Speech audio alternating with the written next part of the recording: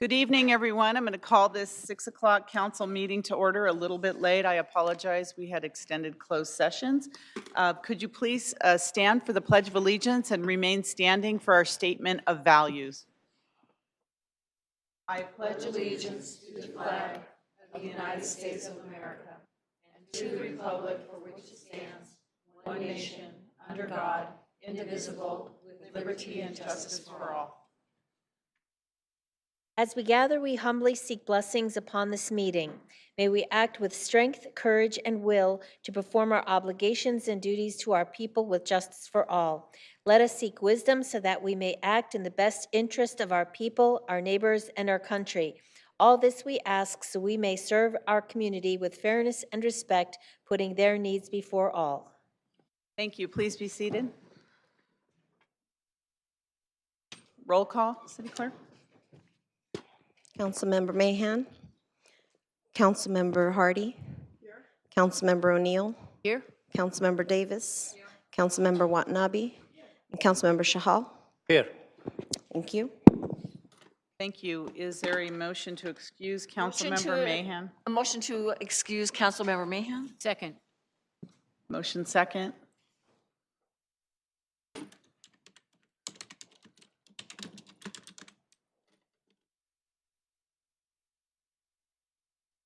Please register your vote. And that passes unanimously. Madam Mayor, may I read the AB Yes, 23 please. announcement?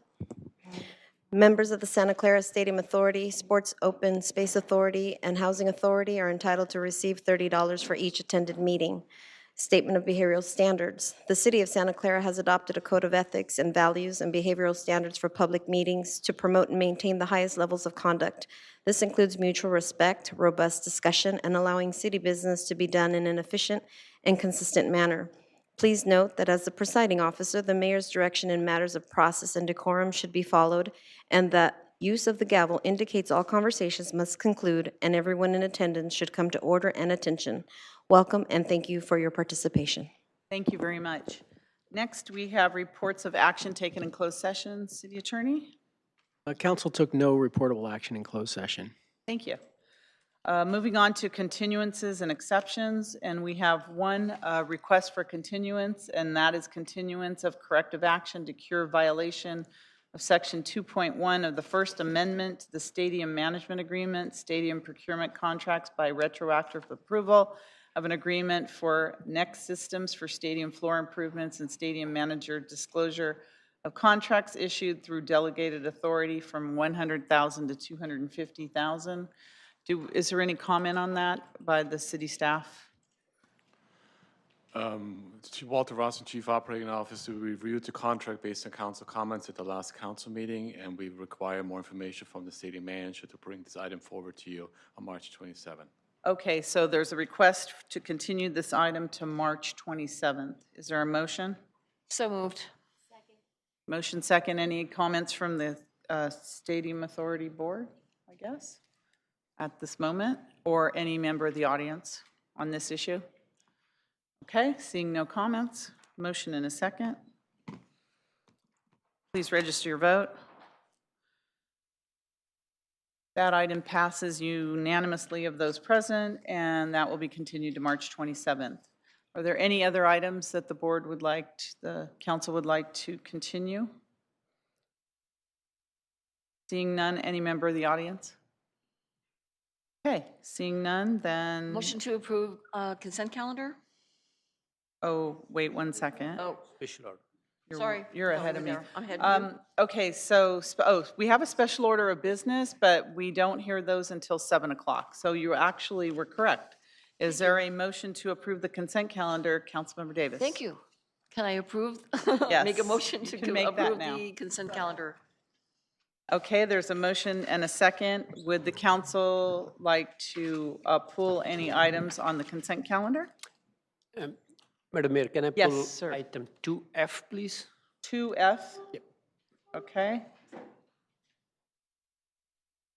So item 2F is action on award of contract for the Safe Routes to School Pedestrian Infrastructure Improvements Project and related budget amendment. So we'll pull that item for discussion. Is there any member of the audience would like to pull an item? All right, seeing none, is there a motion to approve the balance of the consent calendar? We do have that motion. We already have Oh. that motion. We have to vote on it. Motion second. Teresa was a second. Thank you, sorry. Please register your vote on the balance of the consent calendar. And that passes unanimously. So next we have public presentations. I think that is also a 7 o'clock item. So we're going to move forward on that one. We'll come back to public presentations after 7 o'clock. All right, so consent items moved, pulled for discussion. That would be 2F. Councilmember Chahal, you have questions, comments on that? It's a question for staff, like, on multiple occasions, I've seen, on multiple projects, I've seen Kimley Horn is the standard design consultant for our traffic things. So I'm trying to find out, do we have a long-term contract with Kimley Horn, or we are bidding this thing for Kimley Horn every time? Ask Craig Mobley to come forward, please. Good evening, Craig. Mayor and Council. Craig Mobeck, Director of Public Works. We have gone through a process where we've shortlisted several consultants in the past, going through a selection process, and then as work comes up, we go through those opportunities with the consultants and get proposals and make selections based on that. So it's not solely exclusive with Kimley Horn. Oh, okay, because last, so many of them were, all of them were with Kimley Horn only. Yeah, they've done quite a few in the recent council meetings. That is true. Okay, so they are on the, all of these consultants are on the panel, and then we pick one, all of, or how does the process Yeah, go? that's correct. We'll go through an RFQ, so a request for qualifications, and then based on that, we will have a list of consultants that we've selected that we can utilize for various projects. And so that's the process. Okay, and going forward, when we are starting using the bidding process, will this process also go to the bidding process through our online portal? So when we go and bid out construction contracts, or No, for the design ones, like, I so know we'll that, shortlist, and then we can reach out to those consultants on the short list to get proposals from them. okay, So it will go through the new bidding portal, if that's what you're asking. yes, Yes, it will. that will, okay, thank you. Okay, with that, I can make a motion to approve item 2F. Second. Okay, so motion and a second on item 2F for approval. Any other council discussion on this? Any member of the public? All right, Madam Mayor, may I ask, the second, was that Councilmember Davis? or- Councilmember Davis. Second, yeah, sorry. Was it loud enough?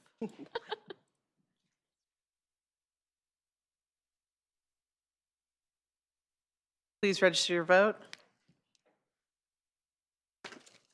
And that passes unanimously. We had no other consent items pulled for discussion. All right, our next item we have is a general business action on a written petition submitted by Ken Kim requesting to proclaim a section of El Camino Real as Koreatown. Mr. Kim, please come forward. Welcome. Council members, I see two new faces, and I'd like to congratulate you becoming a member of the exclusive club here in town, Karen Hardy and Raji Shahal. Madam Mayor, thank you so much for having me here tonight. As you know, I'd like to first start with this comment, if I may. I consider myself, I'm not a Korean, even though I look like a Korean. I'm an American with that Korean heritage. That's how I see it myself, and that's how people like to see me as well. And I've got this magazine. We should be thankful to San Francisco magazine, even though cover has a London breed on it with a big smile. I'd like to present this to you. This was a very recent article about Koreatown. I sent you the link, but if you see it in hard copy, it gets more inviting and exciting. So it, maybe you can put them in your library, something, what have you. Okay, maybe you can give those to, yeah, our Assistant City Clerk. Thank you.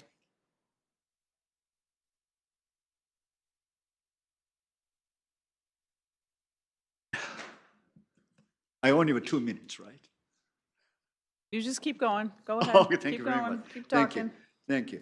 Like I said last year when I was here for Korea Day, we have this business directory recorded like restaurant, accountants, doctor's office, and CPA, what have you. There's 80 Korean business on El Camino corridor. So you can imagine each firm has 4 employees. You can see what the total magnitude. No need to be a rocket scientist to figure that one out. And among that, restaurant is most attracting elements of our town. You know, the conventional retail was all stolen by Amazon. They took away everything. There is a vacuum store, Moonlight Shopping Center, and maybe they're the only one that are lost to exist because couple there with the son, they're not really into money, making money, but they're there because of they had it for a long time. And needless to say, with that magazine, if you Googled up, we have a scores, publicity tsunami, pages after pages. It talks about the Korean eateries on El Camino. And, you know, city did not put a penny to develop this last 40 years. It's all done by itself, naturally. And therefore, I think it's there at the city. We should take advantage of it to grow bigger. And you know that El Camino eventually going to be like a Champs-Élysées, beautiful storefront with the living space up and etc. And because of it, we are going to launch a campaign to beautify the storefront, like,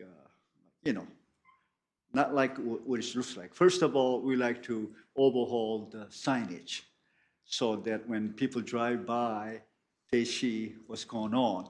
Many folks here, my colleagues and what have you, they just don't know what it is. So they just afraid to patronize. So I'm going to tell the Korean merchants, say, well, let's just be a little bit awakened and have this inviting signage so that we can generate more business.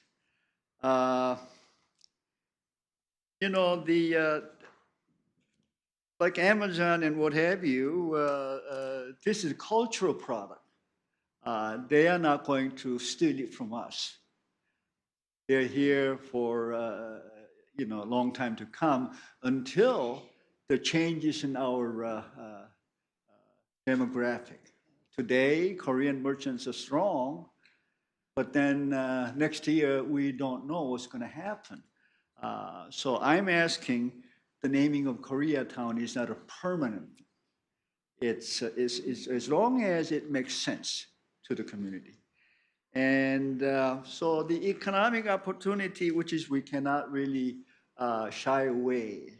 And you know that there's some visitors coming talking to you about the Sister City project.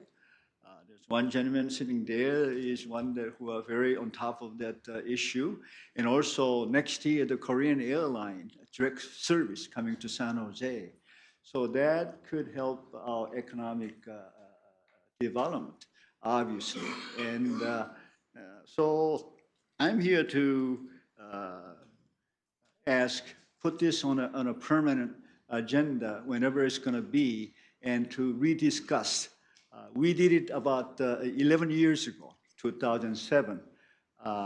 Back then, the Chairman Tak Jang, who passed away since, and also the President Alex Sir came and did the same thing. At that time was the Mayan was the mayor, and so on and so forth. So I'd like to end it here, and I, with the exception of the Mr. Chanel and Karen Harding, rest of you all know that what I'm here for and what I'm pushing for. And thank you very much, Council, and appreciate your attention. So, Mr. Kim, thank you for coming up and submitting this, and I'm glad you brought up what happened in the past, and I don't think any of us was on the council when this was brought before the council 10 or more years ago. So there is a history, and I know there was a lot of discussion at the time, and I don't know exactly why the council didn't take any action. So Well, maybe, I'm not asking you to explain, I'm just saying that maybe our staff can bring back some of the history for us so that we could look at why previous councils didn't take any action. And also, I'd like to give you a little homework as well. Who is requesting this? Is it you individually, or do you have a group behind you that is asking for this? And, you know, maybe you can come back and give us more information after you've done a little bit of outreach as to what happened. I personally would like to get the history and find out what happened and see what, you know, what it tells us, you know, as to why the council didn't take any action. I know there may be, I know a little bit about other groups in town that objected to it, and for whatever reasons, I don't know the whole story. So I personally would like to get a little bit of history. well, my understanding is at that time, standing only crowd came out to protest. Number one, the signage and dividing, because of dividing the town. That was the only reason why that it was not considered upon council, my understanding. And So, and also, I'd like to get from you or the group behind you, whoever, you know, are they the businesses on that? Like, what is it, what are you looking for? Like, what exactly, you know, in detail, what does it mean, name it Koreatown? I don't know what that means, like, you know, who's involved? And do you have the business backing to, you know, do the businesses want to do this? So let's go to council questions to Councilmember Hardy and then Councilmember O'Neill. sure, sure. Thank you. By the way, I found it on page 81, if anyone's looking for the page number.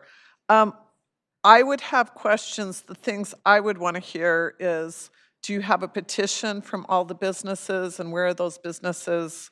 What is the map of the area exactly that you're talking about? And recognizing also that El Camino is a state highway. So you need to know that there's some jurisdiction differences. And what percentage of businesses in the area that you're considering would be considered Korean? That's you don't need to answer that now. That's to get That's more what I information. would want to hear. Could I just clarify Yes. that the purpose of the item being on the agenda is to make a decision whether to add it over the next two meetings? According to your own policy, Council Policy 030, the intent is not to engage in discussion about the values or anything. You can, of course, refer questions if you're going after a motion to add it, so that we know how to prepare the report accordingly. Okay, so those are the things but that I would want to know too, before even making a decision to add it to an agenda. Councilmember O'Neill? Yeah, so I'm kind of in the same vein, because I'm familiar with the policy because we worked on it in the governance committee. But, so I think we probably have enough questions here that I'm sensing that we'll probably want to bring it back so we can have a further, more elaborate discussion. But it's not, you know, like I said, I want to know exactly what we mean by, because when I think, yes, there are a lot of Korean businesses which we all love, and you get to enjoy the foods and things. But there are other types of businesses on El Camino, and usually when I think of a designation of, like, I think historically, like in our area, Japantown, that was also an area where a lot of members of the Japanese American community lived, or we think of Chinatown in San Francisco. And so I don't know, it almost to me is this more appropriate to say like a Korean, shop business district or something like that. If we were going to do anything. I think we would need a lot of information. So I would okay, so support those are the- bringing it back to have, a further discussion. And I don't know, the city manager wants a list of questions that we would want answered, or we would want Mr. Kim to. I think really, according to your own policy, all you're doing is saying, do you want us to put even the topic on a future agenda? So it's really, do you want to drop this or not drop it is really it. Is there a motion to put this topic on a future agenda with some of the So moved. questions we've been asking? Second. Okay. Motion second, but I think when it does come back, Mr. Kim, we need a lot more information from you. Sure. So far, Councilman Hardy stated what the percentage of Korean business on the El Camino corridor. So there was a percentage, is there a petition? What exactly does the district mean? Those types of things. I would like to get some of the history, the staff may already have that, about what happened before and why the council didn't take any action. We will include some of just a the history. articles that were published, That would be the fine. reports or any agenda minutes that are part of the record on this matter. And then we'll ask Mr. Kim to answer some of the questions and submit those in writing. I do want to note, though, that your next council meeting is on March 26th. And I would like to check in with staff because during that time, we're going to be producing the Stadium Authority budget. I would say after that. So I wanted to get some we need to exception get that if we through come that. back more than 2 meetings, then the council would be fine with that. We're okay with that. Okay, thank you Yes. so Any much. other council questions on this?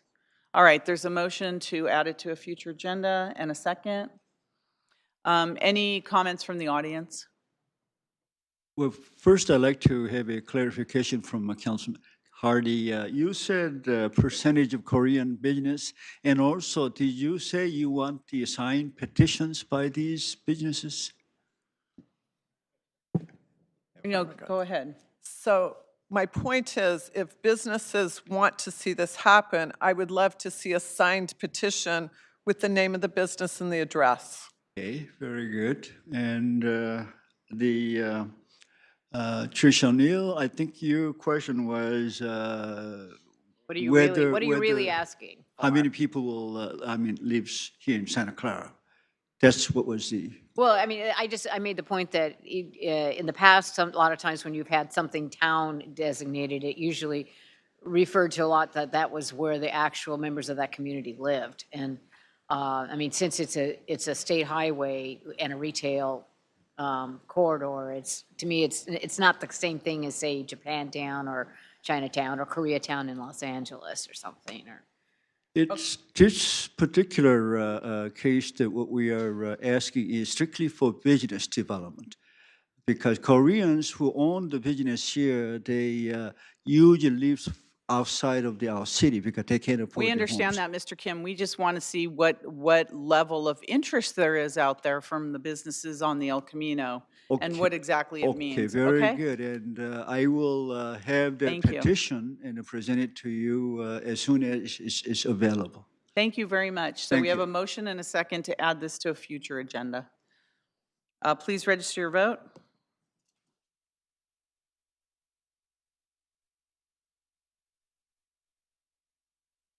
And that passes unanimously. Thank you, Mr. Kim. The next item we have is the action on purchase agreement for real property with Summerhill Lawrence Station for the Lawrence Expressway grade separation project and related budget amendment. Mobeck? Good evening. Good evening, Mayor and Council. Craig Mobeck, Director of Public Works. This next item is for the purchase of property related to the Summer Hill project and specifically the future Lawrence Expressway grade separation project.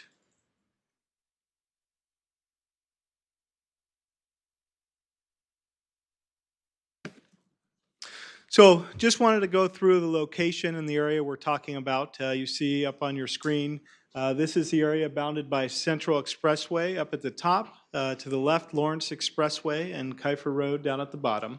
The area in yellow is the Summer Hill project. This area is approximately 30 acres.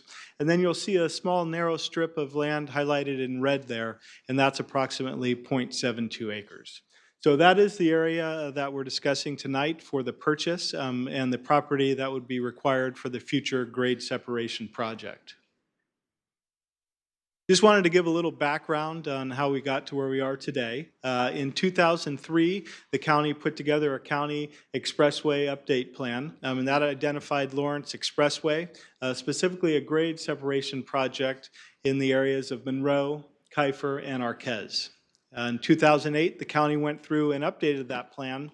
Again, the Lawrence Expressway grade separation project was highlighted as a good project, and it was reaffirmed. And the project was also noted as being a high priority with significant complexity and funding needs. In 2008, the county was discussing the project, promoting it, going out and talking with the neighboring cities. They came here to the city of Santa Clara City Council, and ultimately, City Council affirmed in their endorsing of the County Expressway Plan update. And so based on that endorsement, the county went forward, worked with staff from the city of Santa Clara as well as the city of Sunnyvale, and in 2013 got together, started to develop concepts, did quite a bit of public outreach, and ultimately ended up at final concept. And so this was the concept that was arrived at. You see up on your screen there on the top is a profile of Lawrence Expressway. So what it would do is it would be grade separated beginning at Monroe, would continue under Caltrain, under Kiefer Road, again under Central, what it does today, and then up under Arquez, and then ultimately daylighting and tying into where it does today. And you can see down at the plan view what that type of improvement will do. Ultimately, what it will allow is traffic to free flow in that corridor on Lawrence Expressway, so there would not be any signals. And then what it also allow for at Monroe, Kiefer, and Arquez would be entering and exiting the expressway, so you'll be able to get up to the surface streets. And this is a conceptual rendering of what an intersection like Kiefer would be. So Kiefer being in the top, running in the top to the bottom of the screen there. You see that is over Lawrence Expressway. Lawrence Expressway running left to right. So you'll see that it is free flowing. And in the concept, you'll see in the center of Lawrence Expressway, that would be how one would be able to access the surface streets when you're traveling down on Lawrence Expressway, as well as how you'd be able to access the expressway when you're up on Kiefer Road. So naturally, projects like this take quite a while and are quite expensive to put together and ultimately to complete. And so because of that, then it was the cities and the counties started looking at, okay, what are the funding strategies and what has to be put in place so we can start moving forward to achieve a concept like this. So in 2013, the city of Santa Clara staff, based on that concept, started reviewing and looking at the development projects in the area and started to collect fair share traffic fees as well as regional traffic mitigation fees for projects that would have direct effects on the intersections that were bounded by the Lawrence Grade Separation Project. Also in 2016, as you know, Measure B was approved, and that ultimately that was reaffirmed here just recently. But that also has $750 million worth of county expressway improvements in it. So obviously that was another source of revenue. With the Measure B funds, also the local jurisdictions are required to provide 10%. So in looking at a project like this and looking at some of the conceptual estimates that the counties put together, you know, it could be upwards of a $450 million project. So when we start talking about what that match would be, it's approximately $45 million. But a key thing on a match like that, it'd be coming from the city of Santa Clara, the city of Sunnyvale, as well as the county of Santa Clara. And a key thing that we work through with the county is that property acquisition or purchasing a property for the project would be able to account for a match as well. And so what we're talking here tonight with the city purchasing land, it's important to know that that would be counted toward the match of a future Lawrence Expressway project. So in 2016, the Lawrence Station Area Plan was approved. Along with that was the Summer Hill development that I showed you on one of the first slides. So because of the Lawrence grade separation project concept being out there, staff worked together with Summer Hill, and ultimately it was agreed that in the conditions of approval, there would be a condition that Summer Hill would work with the city on the potential sale of that piece of property, the 0.72 acres that runs along Lawrence Expressway. So staff engage with the county as well with Summer Hill to make that happen and to carry out what was in that condition of approval. Ultimately went through a process to get appraisals on the property. Those were coordinated with the county as Summer Hill as well. And you can see some of the numbers up there that came out of the appraisals. So ultimately for that 0.72 acres, it was about $130 a square foot.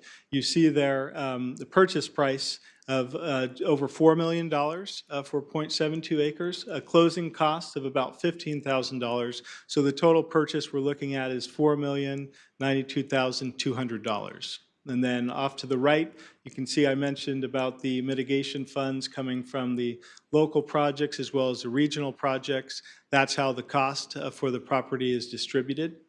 And so ultimately what we're looking at and getting approval on tonight is the purchase of that property from Summer Hill. And what we're requesting is that the city manager be authorized to execute the purchase agreement for the real property with Summer Hill Station LLC and all the documents to implement the terms of the agreement and close escrow on the 0.72 acres for $4,092,200.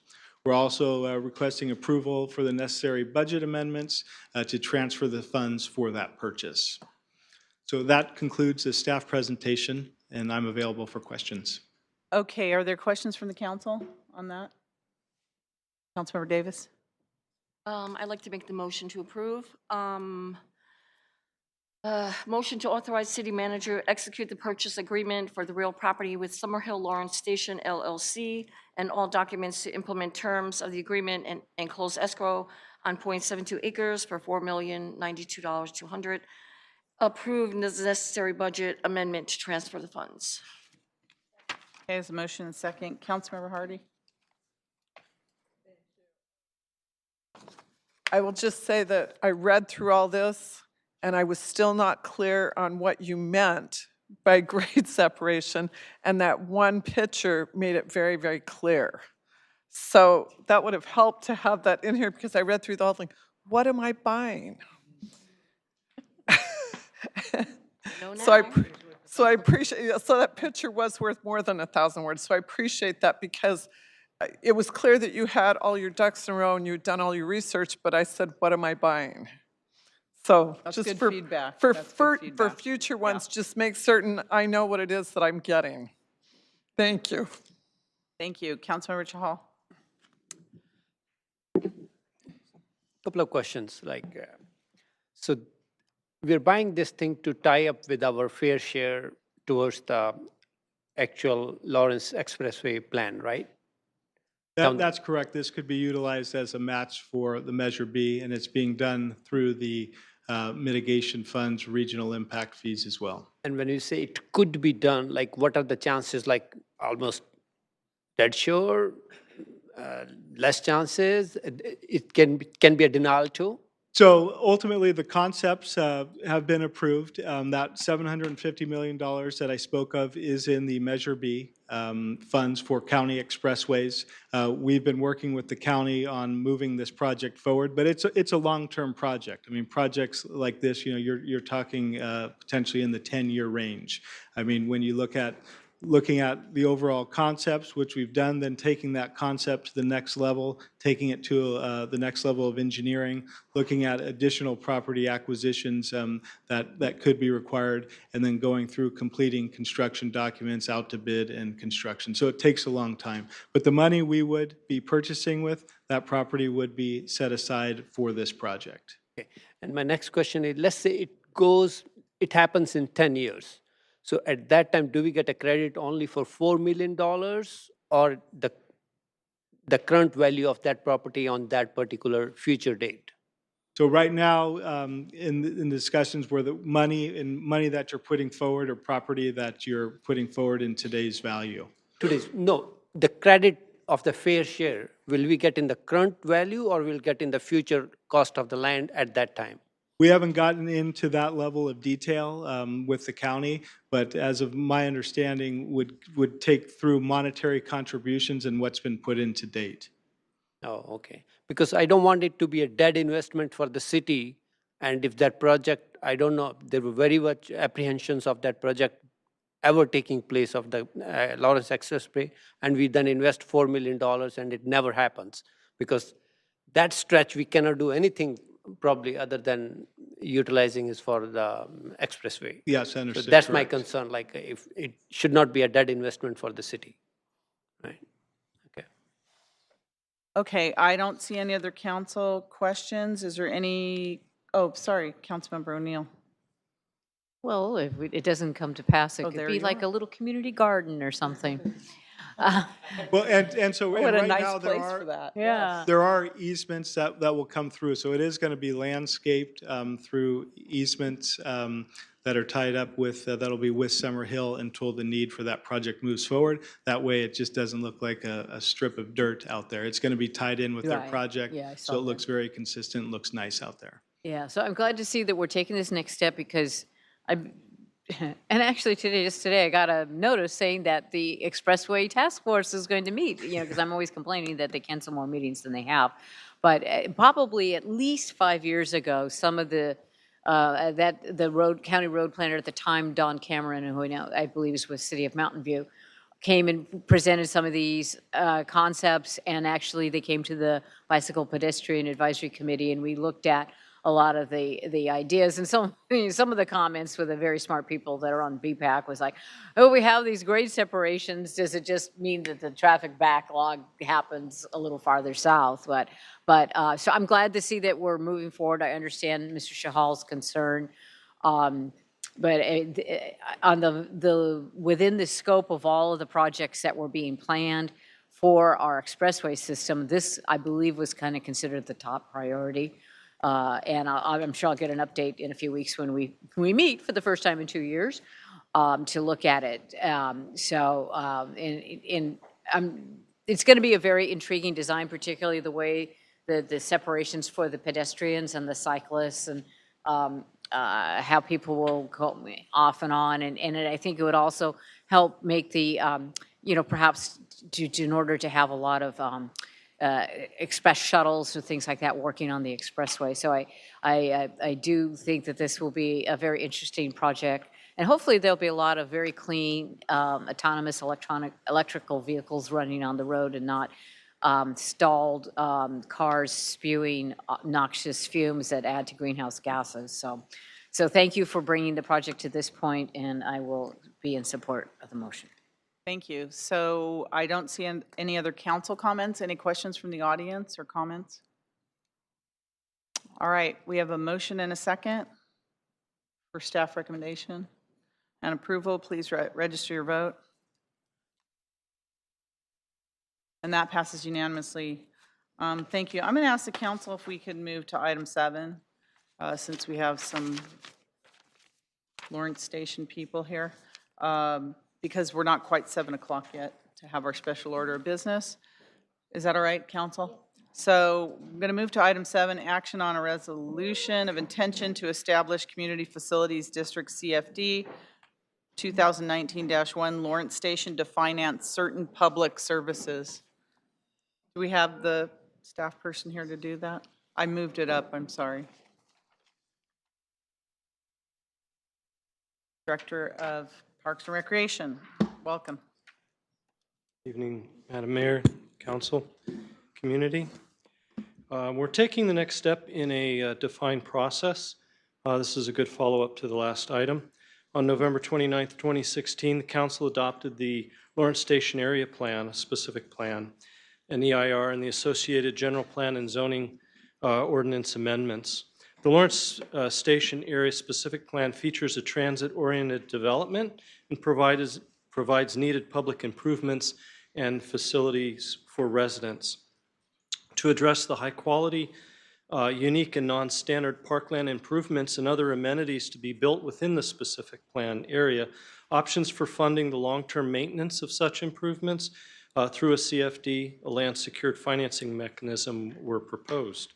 The city has been working with a team of consultants, and they began the process of forming a community facilities district under California law, specifically the Mello-Roos Community Facilities Act of 1982, to finance these public facilities and services within the Lawrence Station area development. The facilities and services primarily include maintenance of roadways, parks, parking spaces and enforcement, landscaped parkways and medians, trails, the community park and recreation building, and the community garden in the development. The petition and waiver forms were distributed to all the owners of the land proposed to be included in the CFD and subject to the special taxes. As of March 6th, the city clerk has received petitions and waivers signed by all 5 of the property owners, which includes Toll West Coast, Summerhill or Shack Apartments, LS Apartments Venture, LLC, and the Summerhill Lawrence Station, LLC, as well as the city clerk received the final one from Westlake. There is one update on one of the forms from Westlake, which had the addition of some acreage, which was just added this evening. The resolution of intention in your council packet with its exhibits A and B of the CFD 2019-1 formally starts the CFD formation process. The resolution sets forth the authorized services that may be funded by the special taxes, and it proposes a special tax formula that will govern the tax levy and sets the public hearing date for council on Tuesday, April 9th, to allow for public testimony on the question of the formation of the CFD. If approved, then on July 4th of each, or before that, if the council approves the resolution tonight, the city clerk will take 2 actions. One, record the boundary map, which is included in your packet, and then secondly, publish the notice of the April 9th public hearing. And then also, if approved, then on July 1st of each year, the finance director for the city will review the relevant property information and calculate the special tax for the purposes of assessment according to rate and method calculation. It's initially anticipated that the amount collected will be around $350,000 per year to again finance the maintenance of the roadways, parks, parking space, landscape medians, parking enforcement, and also provides for 20% reserves for an administration, which will then for removal and replacement as things age out on a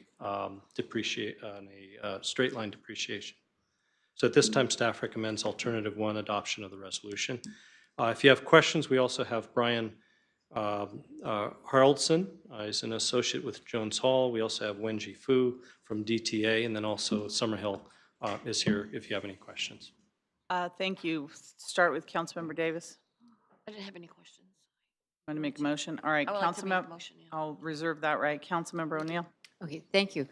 So Director Teixeira, the one thing I wasn't quite sure about, so I know that some of these parcels are going to be apartments, and then there's going to be, I think, some single-family homes and some townhomes. So I assume, that for like the apartments and that obviously the property owner they'll pay all of the, whether, if this were to come to pass, the Mello-Roos tax.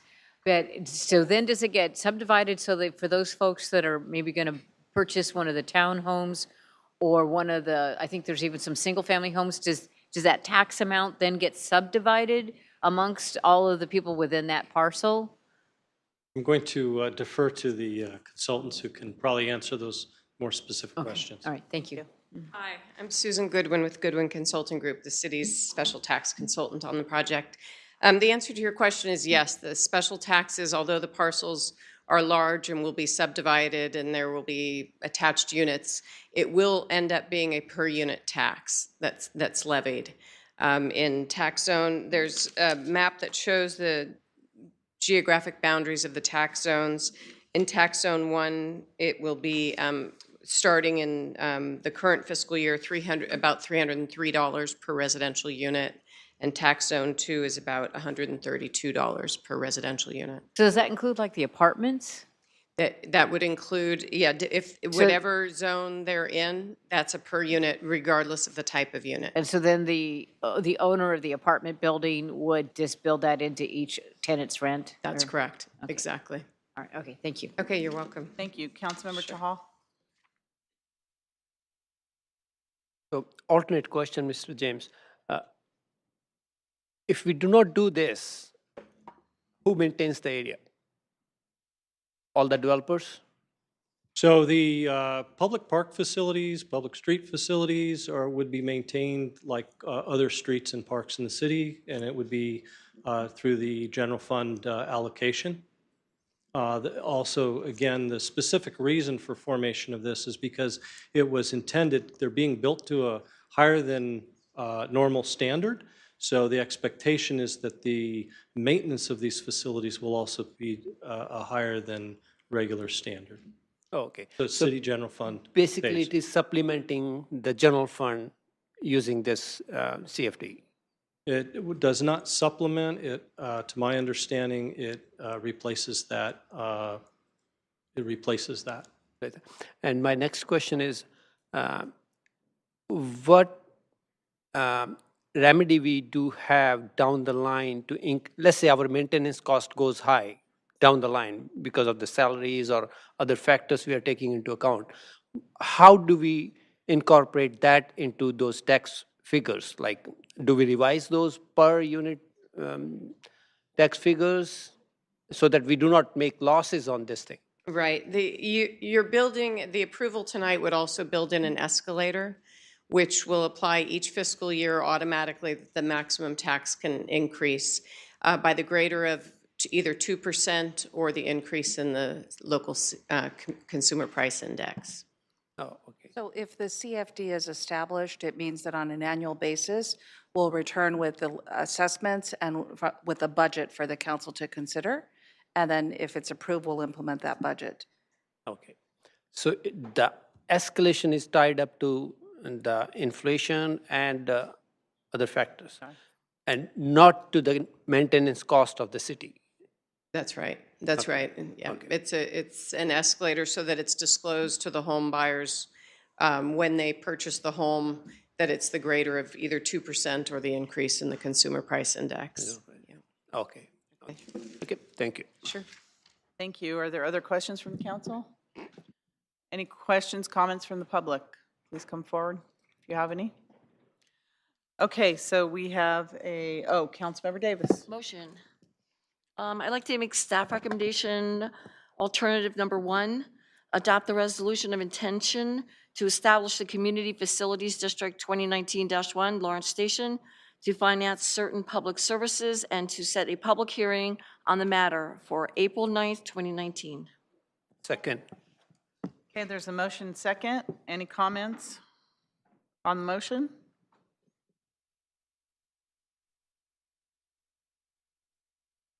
Please register your vote. And that passes unanimously. Thank you very much, and thank you for your comments. We're going to now go back to our 7 o'clock time for special order of business. So as a special order of business, we have this evening, the City Council will recognize the Historic Preservation Society of Santa Clara and the Old Quad Residents Association for their 40th annual Santa Clara Historic Home Tour, which was held on December 7th and 8th of 2018. The Santa Clara Historic Home Tour is considered a tradition in our community and showcases the importance of historic buildings and neighborhoods. Funds raised from the annual Historic Home Tour are donated to various city programs and community groups involved with historic preservation in Santa Clara.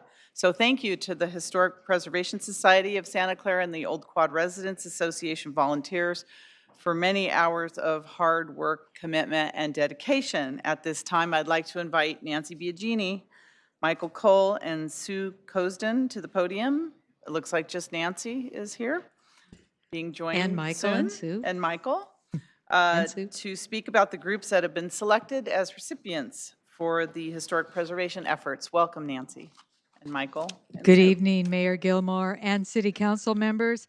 And thank you, first off, for having the Historic Preservation Society on the agenda. I'm really honored to be representing that particular group. I want to take a pause here and have Michael Cole speak about an important part of our committee. Okay, thank you. Good Good evening, evening. everyone. I won't do the formal addressing since Nancy did that. I'd love to be on a front porch on a Friday night in early December explaining the architectural details of a home. It's been a joy. But to get that all together, the advertising is another one of my hats. And we start in July. A young lady by the name of Christina Fent, Nancy and I say, who are we going to go talk to? And, you know, and this has been our best year. Sue, how much did we gross as far as, oh, you'll take care of that.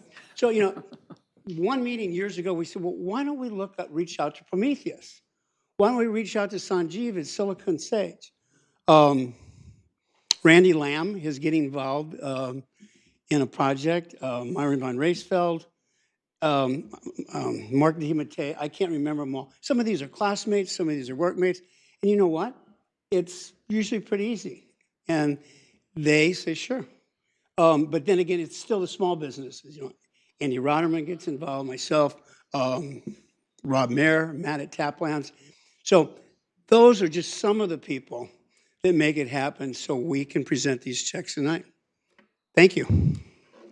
Thank you. Thank you, Michael. I can't tell you how wonderful it is to have Michael prey upon his dear old friends and helping us get the sponsors we need to make this a reality. My name's Nancy Biagini. I was one of the 2018 co-chairs for the Santa Clara Historic Home Tour, which was our 40th anniversary, along with Jeannie Mahan and Sue Cosden. And I'd like to have Sue and Michael both help me as we honor the recipients of the home tour proceeds. And like you said, Lisa, the home tour is a Santa Clara tradition to honor beautiful homes in our city. And what makes our tour unique is that it showcases only the historic homes, homes that have a significance in our city. And the significance isn't just due to architecture. It's also due to important events that took place over Santa Clara's history and the people that lived in those homes. The home tour is sponsored by the Harris Lass Historic Preservation Society, along with the Old Quad Residents Association. And over the years, I'm happy to say, we've raised more than $70,000 for community nonprofits, specifically those that work with and for our city to preserve its history. And we're already planning for this year's tour. This past year, 2018, we sold 523 tickets, and we continue to grow. We did not have one negative comment on our surveys. We always ask folks to fill those out. And actually, I think last year the only one was somebody had an objection to a perfume candle in one house. That's all we get as a complaint. I think we're doing pretty good. This 2018, we raised $22,236, more than any of the past years. We're going to be distributing approximately $14,000, which is our way to honor the nonprofits that help us celebrate our history and our historical jewels. We're truly growing. Every year we're getting better, and we're looking forward to expanding interest even further this year. We want to bring in some of that younger generation. So stay tuned, okay? And to get right to the point, we want to thank the following groups for supporting our home tour, and we're pleased to honor them with a donation from our fundraising. So I'm going to announce the recipients in no special order, and I'm hoping the representatives can come up here to receive their check. And if you can help me with this, Sue? All right. And again, it's no specific order. The first one goes to the Historic Preservation Society of Santa Clara, the Harris Last House Museum, represented by our very own Sue, who is the treasurer. Next, we have one for the Old Quad Residents Association. Wait, Nancy, would you Yes. like to take a picture? Ah. As each check comes up, right there? Yeah, as you present each check. That's a close-up, wow. Yeah. Thanks, Lisa.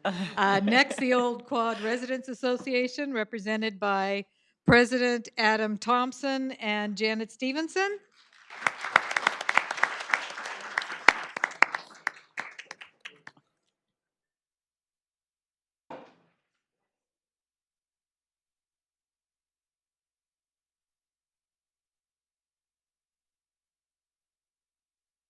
I think there's 2 photographers in the house here.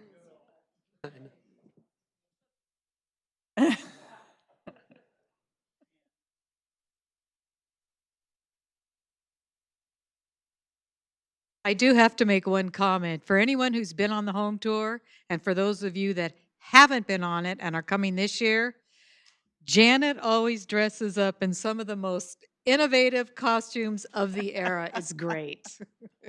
Bring photos next time. Yeah, we will have to. Okay, next in line is the Santa Clara Elks Lodge, number 2347, specifically for their ENF Scholarship Fund. And I'm hoping, do we have Yes, Freddie you Jo? do. There she is. Okay, the exalted ruler.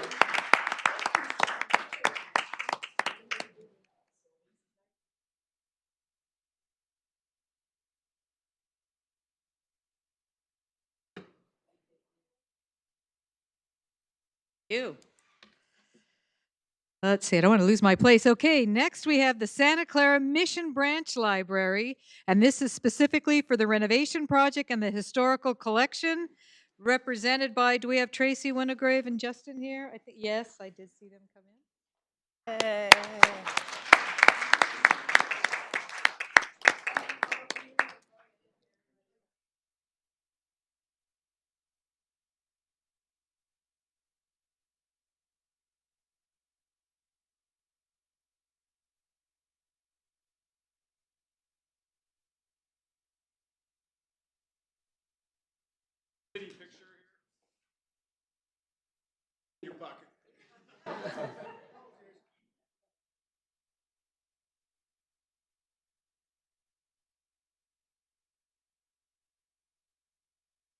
Okay, and before you sit down too fast, we also have the Santa Clara Central Park Library, and this time specifically for the Heritage Pavilion. Hillary? Is Hillary here? Yes. Yeah. Come on up, Hillary, Ooh, our head librarian. twice. Yay, libraries.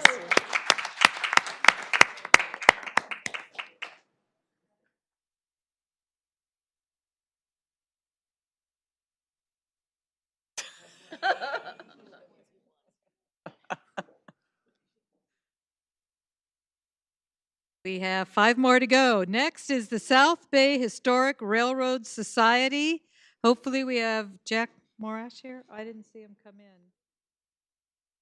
Well, we have one for the South Bay Historic Railroad Society, and we will be sure to give him the check for it. Next, the St. Clair Hook and Ladder Historical Society. Do we have President Barbara and Kent Clark? There you are. Yes, they are.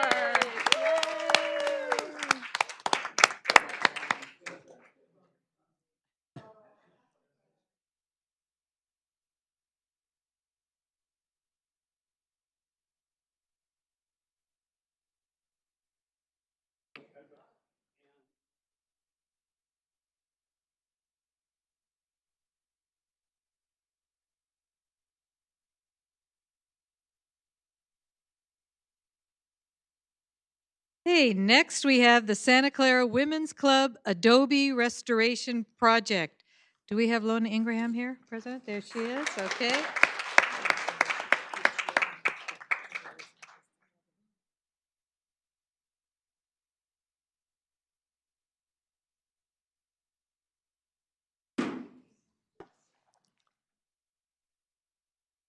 A few more. Bill Wilson, Center. I never say this right. Catesville House Upgrades. Did I say it right? Okay, good enough, Sparky Harlan. Pilar.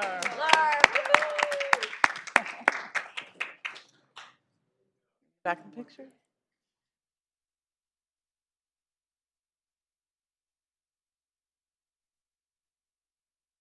And now for the world champions, the Santa Clara Vanguard Drum and Bugle Corps. Do we have Charles? World champions, I must say again.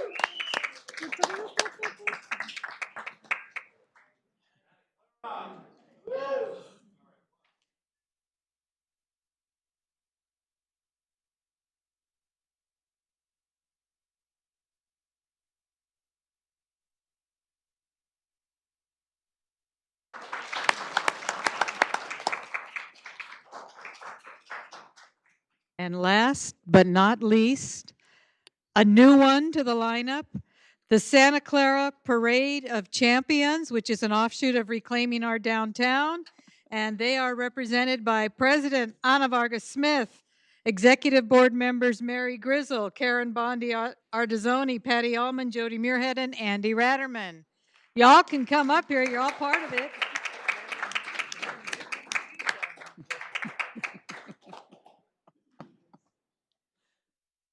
Is that check for $150,000?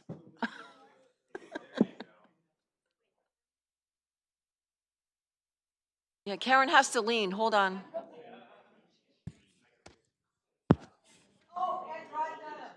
Oh.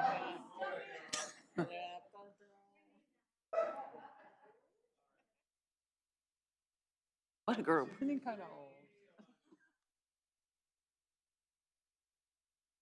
One.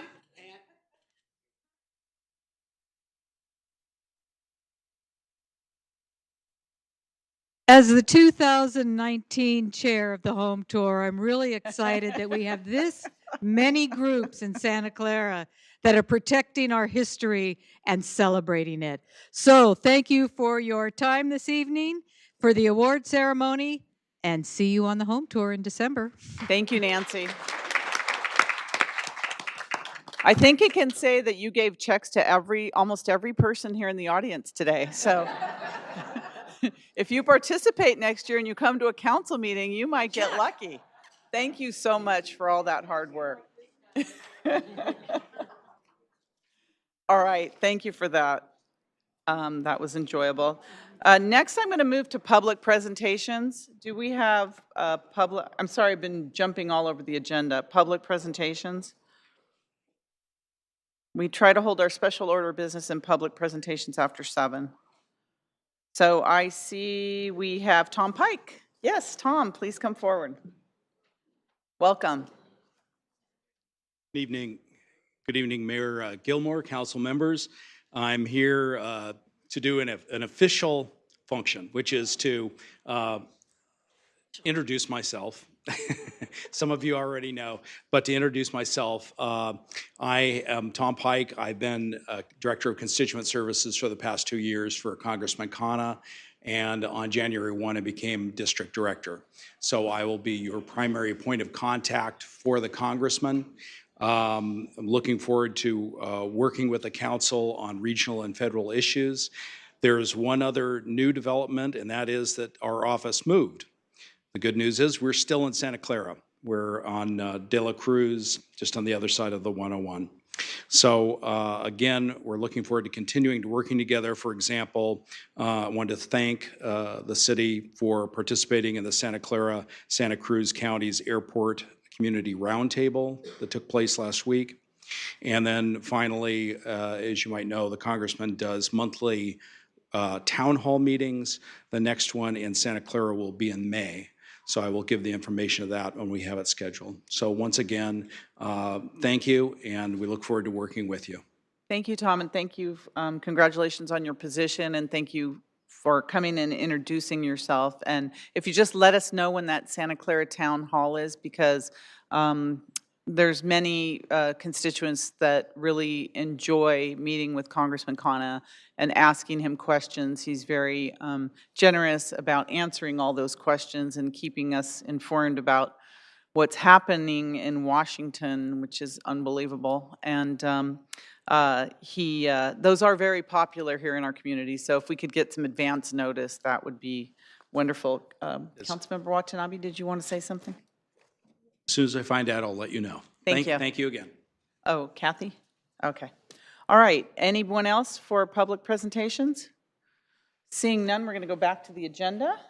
The next item we have on the agenda is item number 5, direction to prepare an amendment to the zoning code, SEC Chapter 18.76, architectural review. Community Development Director, welcome. Thank you, Mayor, members of the City Council. I am Andrew Crabtree, the Director of Community Development. And the item in front of you, we're seeking direction to amend Chapter 1876 of the city's municipal code, the zoning code. And this is the section that establishes procedures for architectural review process. This is a process for land use entitlements that are not otherwise required to go to the Planning Commission or City Council. It's a lower level hearing process, and it generally addresses the architectural design or site design for new development projects that conform otherwise to the zoning district that they're in. Typical projects that go through this process are predominantly single-family residences, additions of those, and then also commercial, like new buildings, industrial buildings can go through this process as well. We were intending to address this section of the code through the comprehensive zoning code update that's now underway. But so the recent release of a memorandum from the city attorney sort of has prompted us to bring forward, look at bringing forward this ordinance change sooner. And that's why we're here seeking direction from the council. So as background, this section of the code establishes the architectural review process. It states what objectives are for that process. It generally defines what projects are subject to the architectural review, although this is one area where there could be improvement, greater definition, clarification of what is subject to this process. It establishes the Architectural Review Committee, which specifically is stated to consist of 2 planning commissioners and then someone appointed by the City Council. It gives some findings, determinations for decision-making by that body, allows for appeals or conditional approvals as well. So it's a common occurrence that the committee might impose conditions or send things back for redesign through the process. So some of the concerns that have come up around the current process sort of fall in 2 categories. There are legal concerns around potential conflicts with due process, or also the current code doesn't provide much clarity as to how appeals should be addressed, what the grounds are for appeals, what the finding decision-making process should be around appeals. And then there are practical challenges as well. This creates a lot of items are currently going to hearing where there's really no comment or input from the community, so there's sort of creates a lot of workload and impacts residents, homeowners, and so forth, sort of an unnecessary hearing. It's dependent upon a lot of time from volunteers. We don't have as much objectivity established in our code as would be helpful. It would provide more clarity for developers if we had more clear design standards and criteria. There is an opportunity for double appeals in our current code. And then with the current process of 2 planning commissioners sitting on the committee, if there is an appeal to the planning commission, those 2 are required to recuse themselves.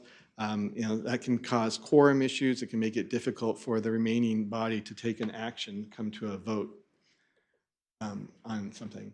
When we look at what are best practices in the area and neighboring jurisdictions, we see that most jurisdictions around us rely on an administrative hearing process conducted by staff.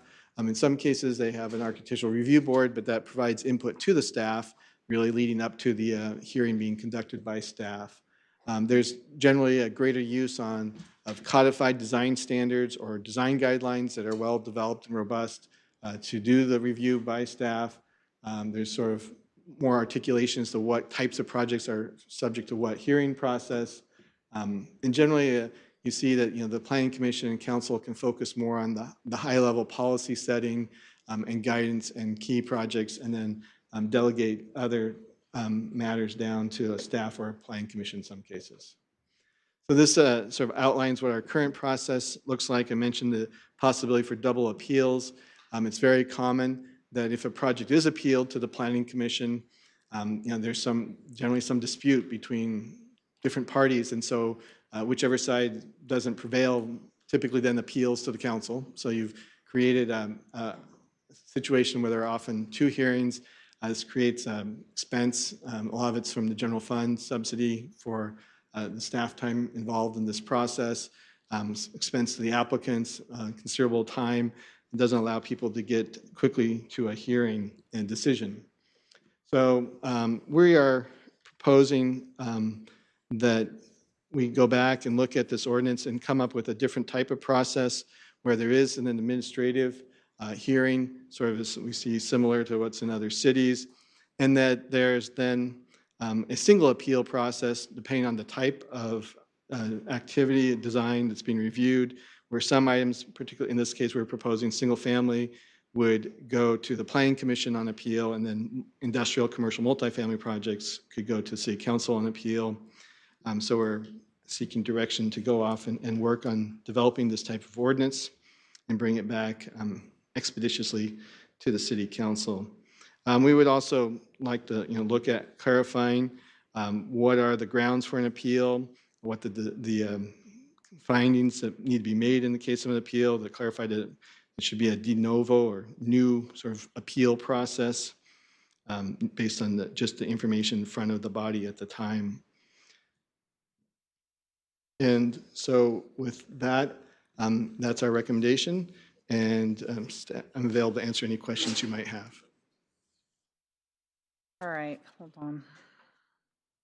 Questions from the council on this? Councilmember Davis. I just wanted to, oh, sorry. I just wanted to make the motion at the appropriate time. All right, Councilmember Watanabe. Thank you, Mayor. Thank you for this item, Mr. Crabtree. I think one of the first items that I got to be a part of when I was appointed to the council was an issue regarding this very issue. And it was very, it just took a lot of time to get it resolved and put the applicant in just a really frustrating position. And it seems like this is definitely a great way to streamline the process and keep it moving in the right direction. And based on, the what other cities are doing around us, it makes sense. And to take the council out of it and, get somebody that understands what's going on and can make a decision and not, be concerned about any, legalities that might as a result. And also, more importantly, I think keeping the fees down as well for the applicant. So I support this recommendation. So I'll be supporting the motion. Thank you.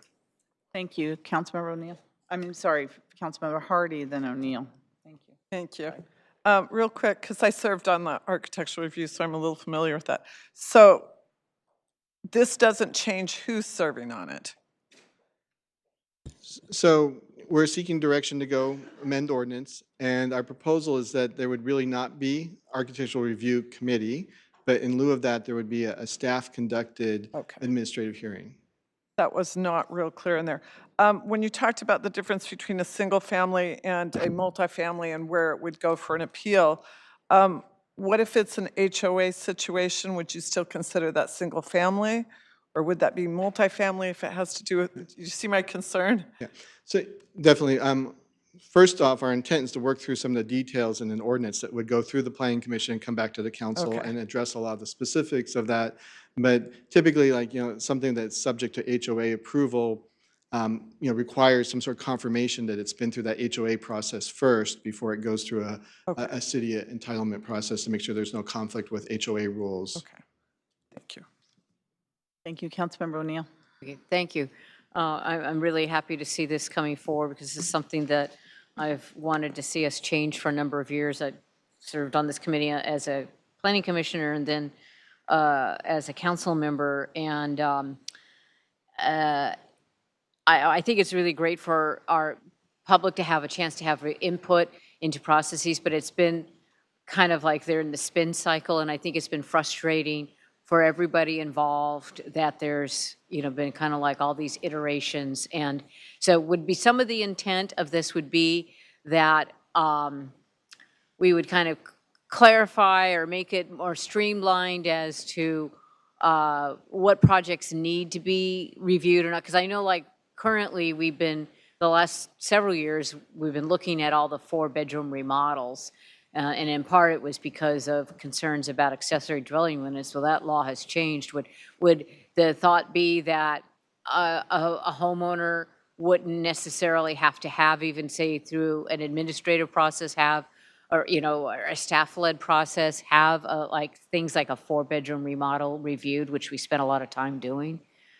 So we are looking at those types of things, and that's really going to be more a subject of the comprehensive code update. We're really focused at this point just on the process and would intend to kind of keep the same criteria in the near term. But when we come back later this year, we'll be discussing sort of what are the thresholds in more detail with the council. And that would be the start of other activities as we go forward too, of giving the council and the commission opportunities to sort of set policies and help us fine-tune the process. Okay. So occasionally with the ARC, Architecture Review Committee, I know we have to be careful with our TLAs. If it, sometimes an initial study or a mitigated negative declaration would actually come to the Architecture Review Committee. If we didn't have that with those initial studies, then all of those initial studies and mitigated negative decks would go to the Planning Commission? So if the hearing is conducted by staff, then they would be presented as part of the hearing at the staff level. So it's a staff level action on those CEQA documents. I mean, they are appealable. The projects are appealable, including the environmental determination to the Planning Commission or council, as the case may be. But the staff would be the initial decision-making body on an environmental determination. Okay. So would those, whatever the staff-led process, would that be open to the public to attend, to hear, at least whatever, to hear what process goes on? Absolutely. And that's, we can talk about different ways, but I think, sort of intent is to have a hearing, a public hearing, just like, any other public hearing, open to the public and noticed and so forth, that, members of the public can come and provide input. Okay. Let's see, what was the last question I had to ask? Oh, shoot.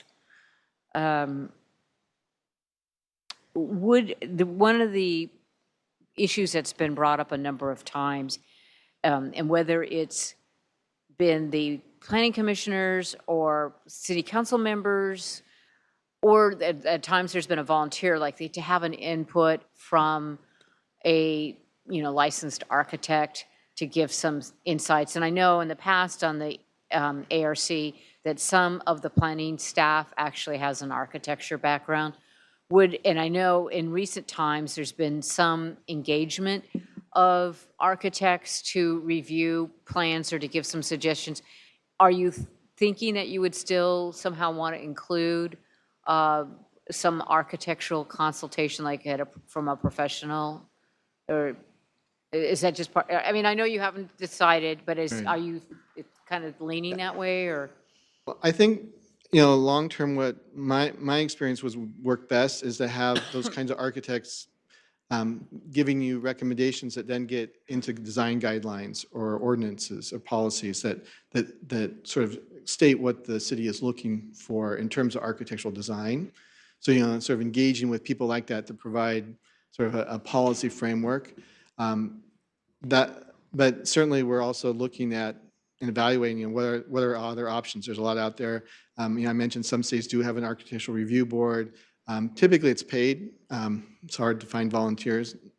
So, you can hire architects to come in and give input. Just in the 25 plus years I've been working around here, I've seen different cities kind of evolve and experiment with how to do that. And then we did have the process where we brought in some outside design architects to give input to staff, and we could look at maybe how to use that process as well. And we have work to do, but I think this is an important first step towards improving the overall process. Okay, great. Those are all the questions I have at this time. Okay, thank you. I'm going to go to the public now. Adam Thompson, then Rob Mayer after that.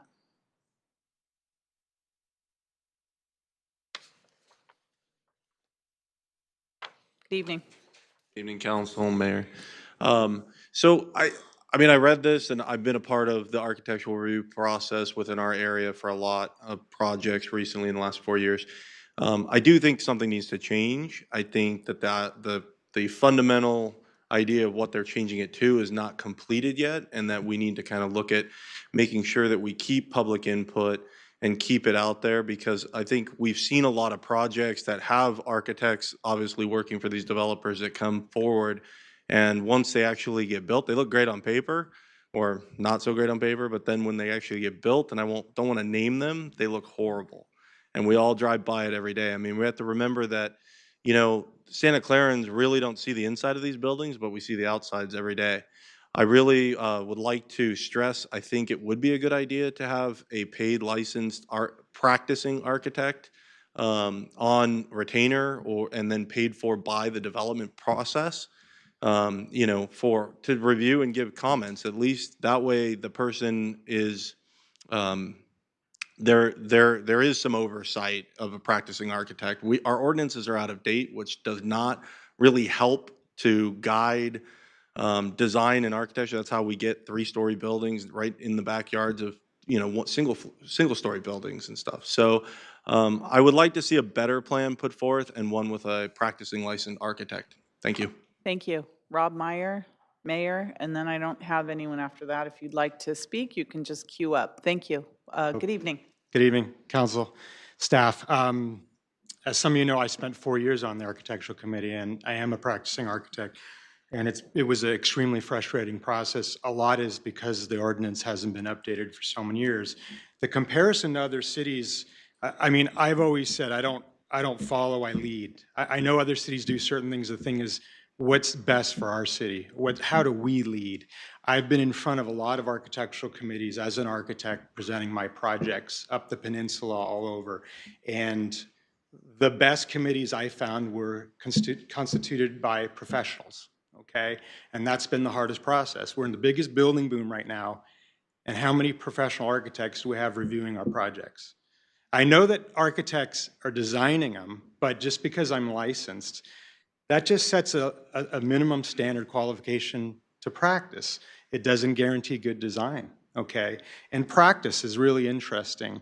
I know some staff have degrees in architecture or a background in that, but what I would say is there's nothing like a practicing architect. I solve the problems every day.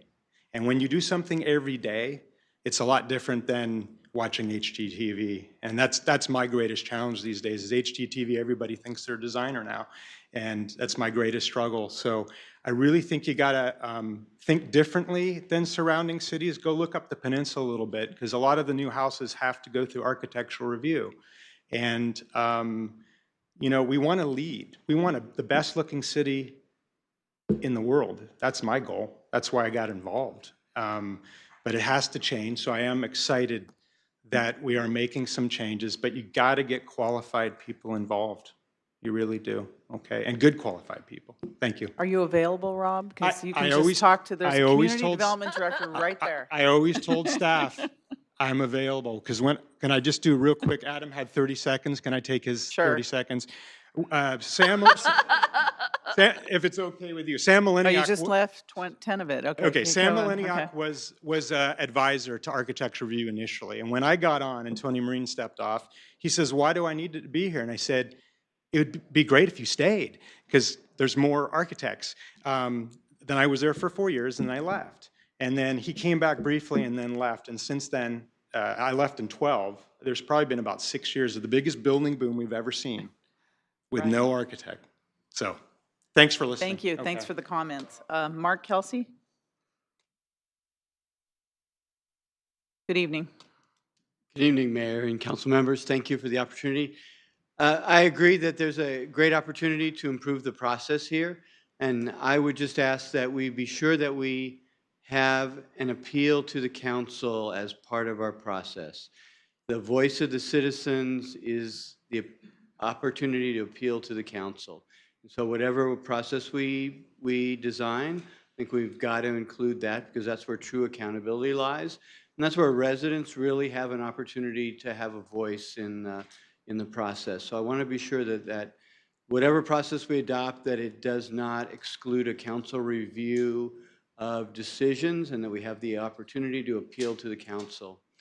I'd also ask that before we change the process, that we be sure that the protections that the council has put in place in previous review guidelines for the Architectural Review Committee not be suspended until new ordinances or new guidelines are developed, and that as part of the process, we're not diminishing the oversight, particularly of residential properties, as that's been a concern of many residents, particularly in the Old Quad. So thank you for the opportunity, and I hope that we get the opportunity to have a good, robust discussion on this and to have lots of input so we have a great process for our city. Thank you. Thank you. Please come forward. I don't have any other cards, so good evening. Hi, good evening. Bob O'Keefe, resident of Santa Clara. I'd like to start out by, first of all, thanking our planning division, planning department. Rena's been putting on some great meetings that we've had. Director Crabtree's been there and really has kept the public aware of what's going on. And this was one of the issues that were brought up at the NERC. It was brought up at the Old Quad Overlay Program and just through a regular meeting. I was kind of shocked to see it brought this fast. It was discussed that there was going to be a study session sometime in summer, but I heard Director Crabtree say there was some legal memo that might have been brought this forward, so I'm kind of curious about that. Second of all, to echo what Mark just said, bring things down to a smaller basis. I've always been concerned about the R1 single-family home going on in Santa Clara. As far as the appeal goes, the system really needed to be changed. Having the architectural committee, there was too much appeal to an appeal to an appeal is almost what it was. I would like to see the same fairness, though, for the single-family homes as in all the other projects in the city. On the slide that was presented, it showed where the appeal went, and it showed for everything except single-family homes, it showed to the city council. For single-family homes, it said planning commission.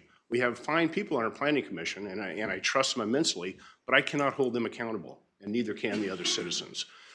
So I would like to see any appeal, I'd like to see just one, go to the people that I vote for, I elect, that I trust to make the decision, which should be the city council, not the planning commission. So thank you, and it looks like that we're still in the talking stage, so let's see what we can do. Thanks. Thank you. Anyone else? Okay, Councilmember Davis. Thank you. I hear all your concerns, but the motion basically takes into account for that. So I would like to recommend the alternative one, direct staff to prepare an ordinance to amend Chapter 18.76, Architectural Review of the City of Santa Clara Zoning Code to replace the existing Architectural Committee process with an alternate administrative level hearing process. And then you put development review hearing, including and identifying the permits or projects subject to approval of the administrative level hearing process, Planning Commission, or the City Council, identifying the hearing body that is responsible for the review on an appeal based on the types of permit or project, and limiting any planning application to the maximum of one potential appeal. Motion. So I have a question on that. Would every appeal, does the city council have the final say on any appeal? So we have to draft an ordinance that will determine that. And so that's a question ultimately the council, when the adopted ordinance, is if that's if that's what the council wants, then that's what will be codified. So it's really a question of, is there anything that is appropriately delegated to the Planning Commission as the final decision-making authority? or is it, or not? And so that's something we heard the input, we'll clearly explore it a little bit further and come back with more information around it when we do come back. Okay, because I would like to see the council have the final say on any appeal. So is that when the ordinance comes back, is that when we discuss that? Yes. And give the input? I mean, That's when you'll take we would action decide on that. that. Okay, To make thank that you. decision. Okay, thank you. So we have a motion and a second. Any other discussion? Councilmember Chahal? Is this on the motion? Councilmember Chahal, on the motion? I have some comments about it, right? As mentioned by residents, it is important to have an oversight, and hearing should be done, whether it's by the staff or by the architecture committee, because there were very good feedbacks from the community, from the neighborhood to improve the projects, improve the single-family residences also. So that has to be there while we are talking about some guidelines.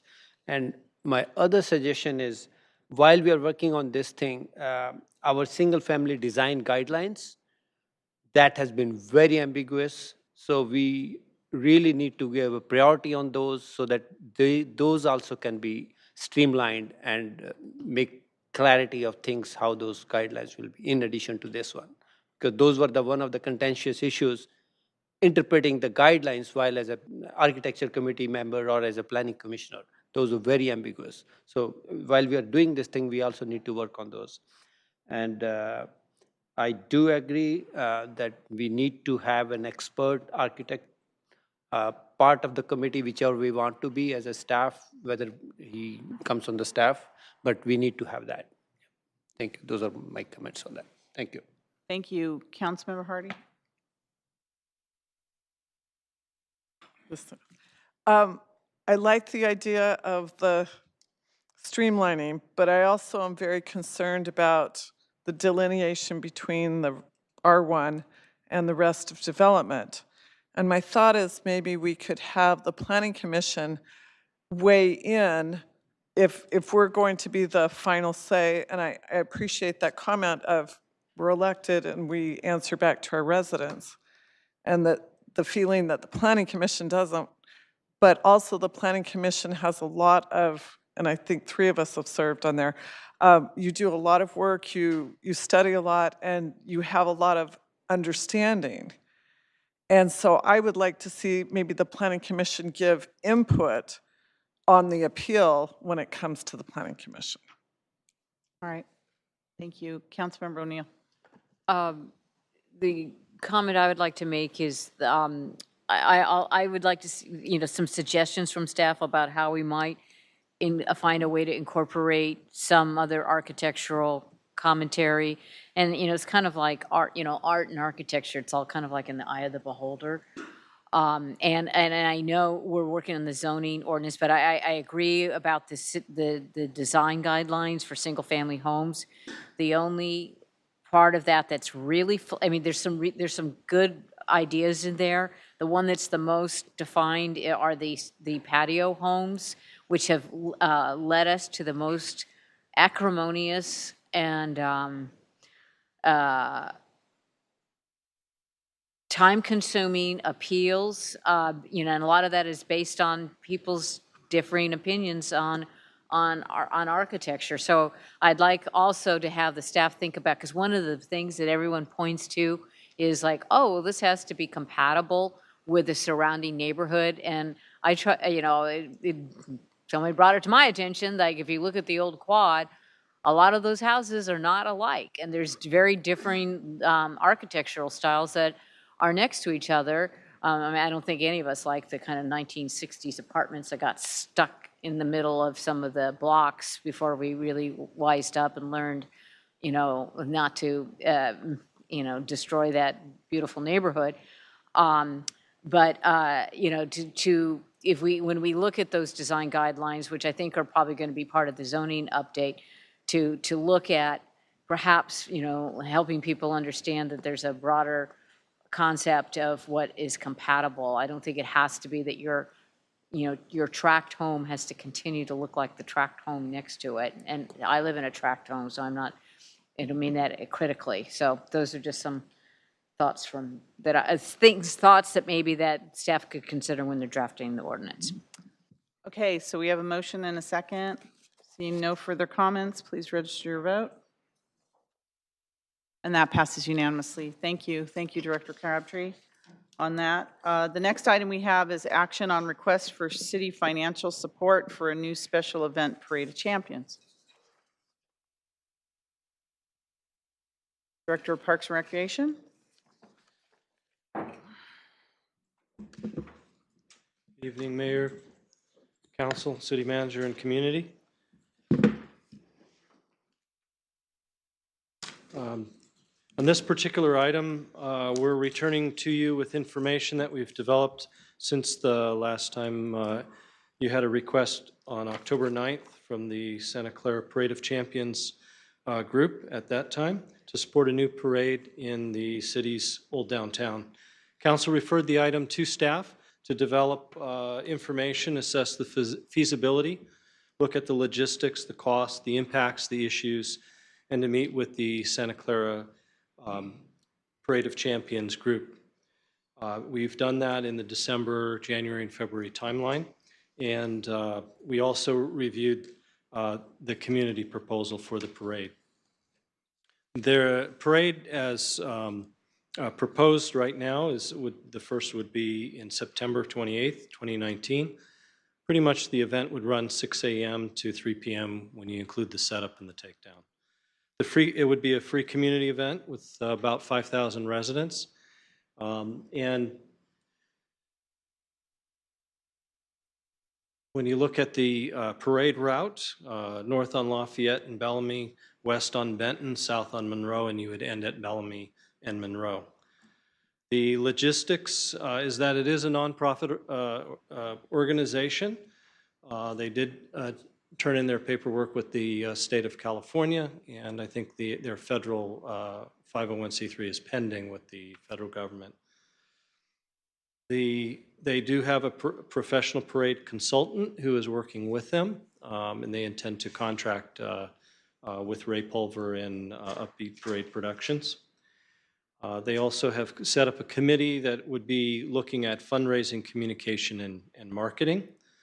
Our efforts have been really to look also at the city services, the permits, the public safety, planning, coordination, equipment, services, barricades, waste, all the things associated with having a parade. Security plans, signs, noticing, traffic control, street closures.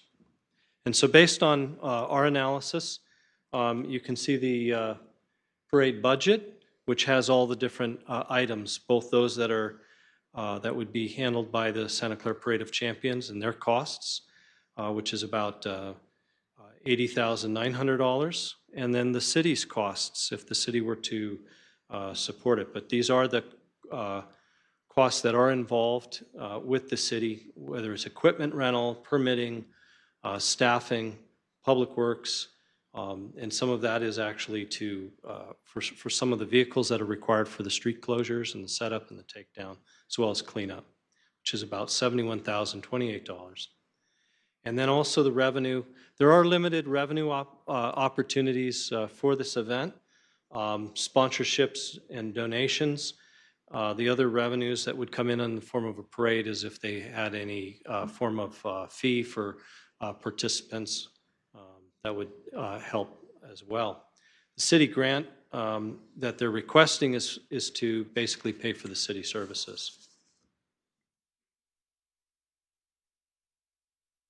If the city were to move forward with the support of the parade, it would require an additional allocation of funds to fund the grant request. It is being considered to come out of the community grant program, and so there are about $45,000 left in there, and there are also pending requests for those funds as well. The critical path does require, as I mentioned before, a professional parade consultant. So the first funds that need to be expended on this actually are for the professional parade planning. Obviously, the city's staff, some of those costs are involved, but the critical path is the parade consultant. And then another key item with this is that there are significant funds that need to be raised in a very short period of time, particularly if they're going to move forward in the September 2019 timeframe. There's about 6 months to raise the funding that's necessary. Other city events as well, we have the Art and Wine Festival as well as the summer is usually our special event season, starting very soon actually with Easter egg hunt and moving all the way through September. There also may be other events in the city that do draw down on city staff resources in the fall timeframe. So we don't want to overlook those as well. There are some very good benefits of a parade. Obviously, it's a family event. It involves multiple community organizations, civic, school, businesses, charitable groups, and others working all towards one particular goal in mind. And then should the festival, the parade be a success, then it's positive exposure for the city as the host. So what you have are several alternatives. You could approve the parade and concept and approve the city grant for services for about $71,028. That again requires the additional allocation of city grant program funds and a contribution agreement. How we work with community organizations is to develop a contribution agreement that then articulates city requirements as well as the group's requirements. Theirs would be definitely a fundraising plan, and on the city side, making sure that the city scope of services is well defined. The timeline for accomplishing things is there. You definitely want an off-ramp if funds are not raised at a particular time, or if certain services aren't available to be allocated towards the parade. The agreement would also look at the parade content. There may be, as a significant sponsor, the city would want to make sure that certain groups and others are well represented and well presented. There's also the outreach to the affected property owners. We haven't done any of that at this time. Again, we're at the conceptual level, and we would want to make sure that all of those residences and or businesses that would be affected from the 6 a.m. to 3 p.m. timeframe during the date of the event to make sure that they're aware of it and that we have ways of working with them, similar to other special events or festivals that we do in the city, to make sure that we're trying to address their concerns. Usual ones are traffic, parking, noise, and being blocked in.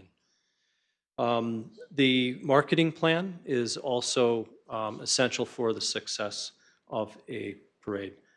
The second alternative, obviously approve the parade and concept, but you could choose not to be a financial sponsor or supporter of the event. That then would require the Parade of Champions to raise all of the funds that would be needed. Again, total amount in the budget is about $150,000.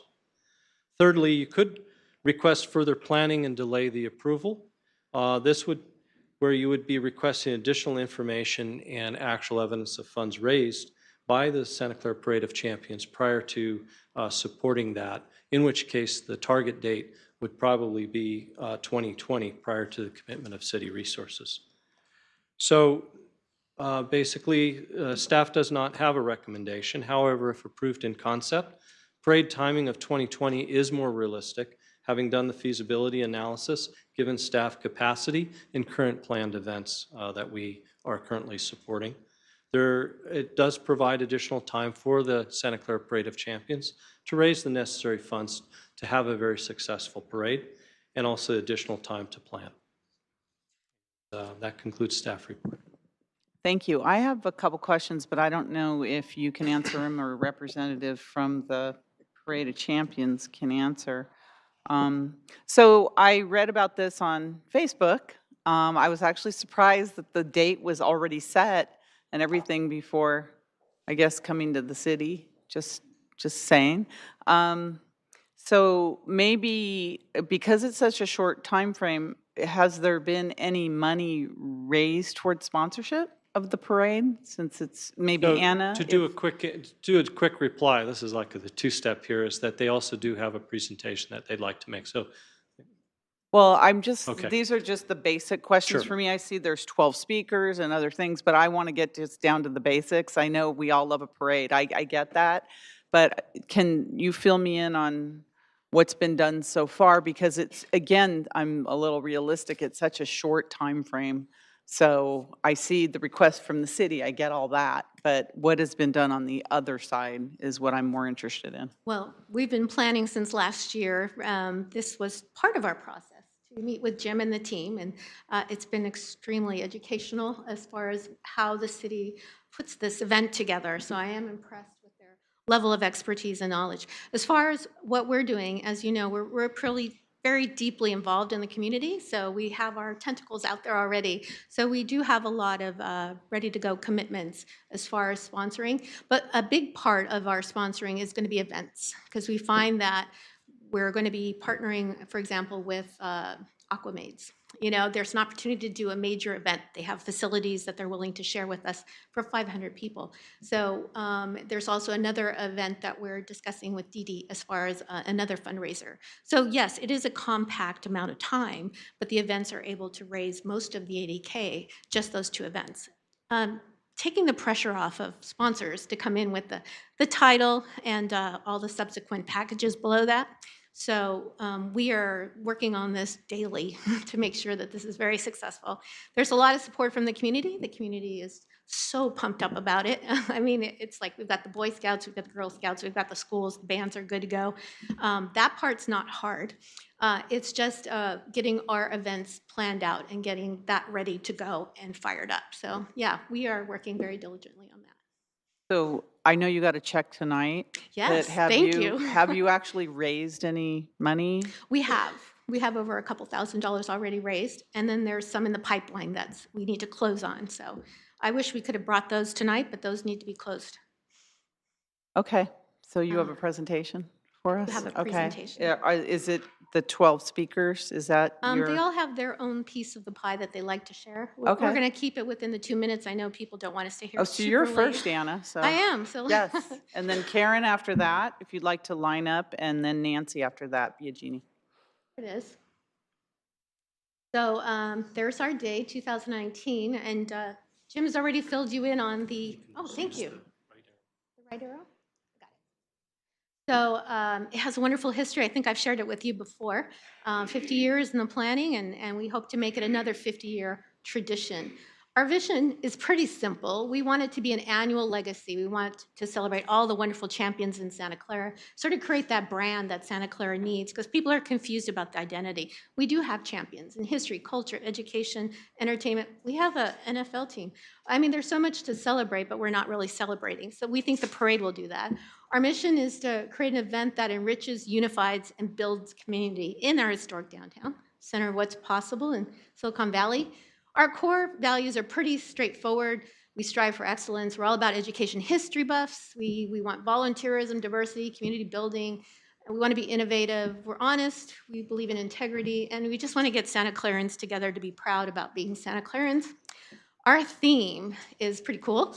Proud past, future force. And basically, we're looking at our history. We're looking at our future, which is tech. And we're trying to bridge that, because I feel like past parades, they didn't bring that in at all. But you look at our school systems now, and there's STEM classes. I mean, kids are into robotics. So this will bridge where we're going with Santa Clara. You've met most of our board. Everyone here except Mike Lombardi, and they're sitting back there. You'll talk to them later. We've got some great chairs on the committees. Nancy Biagini, Didi Kisau, wonderful people from the chamber. University students are up in arms about it. Logistics, we got Tino and Adam here. JW is a charitable partner of ours. Plenty of city support. Thank you, Jim. Thank you, Parks and Rec, SCPD, Fire Department. Our partners, JW, they are way excited about this. This is going to create a lot of awareness for them, but they also bring to us an amazing array of community partners who are also very much interested, especially in building a float for them. Karen?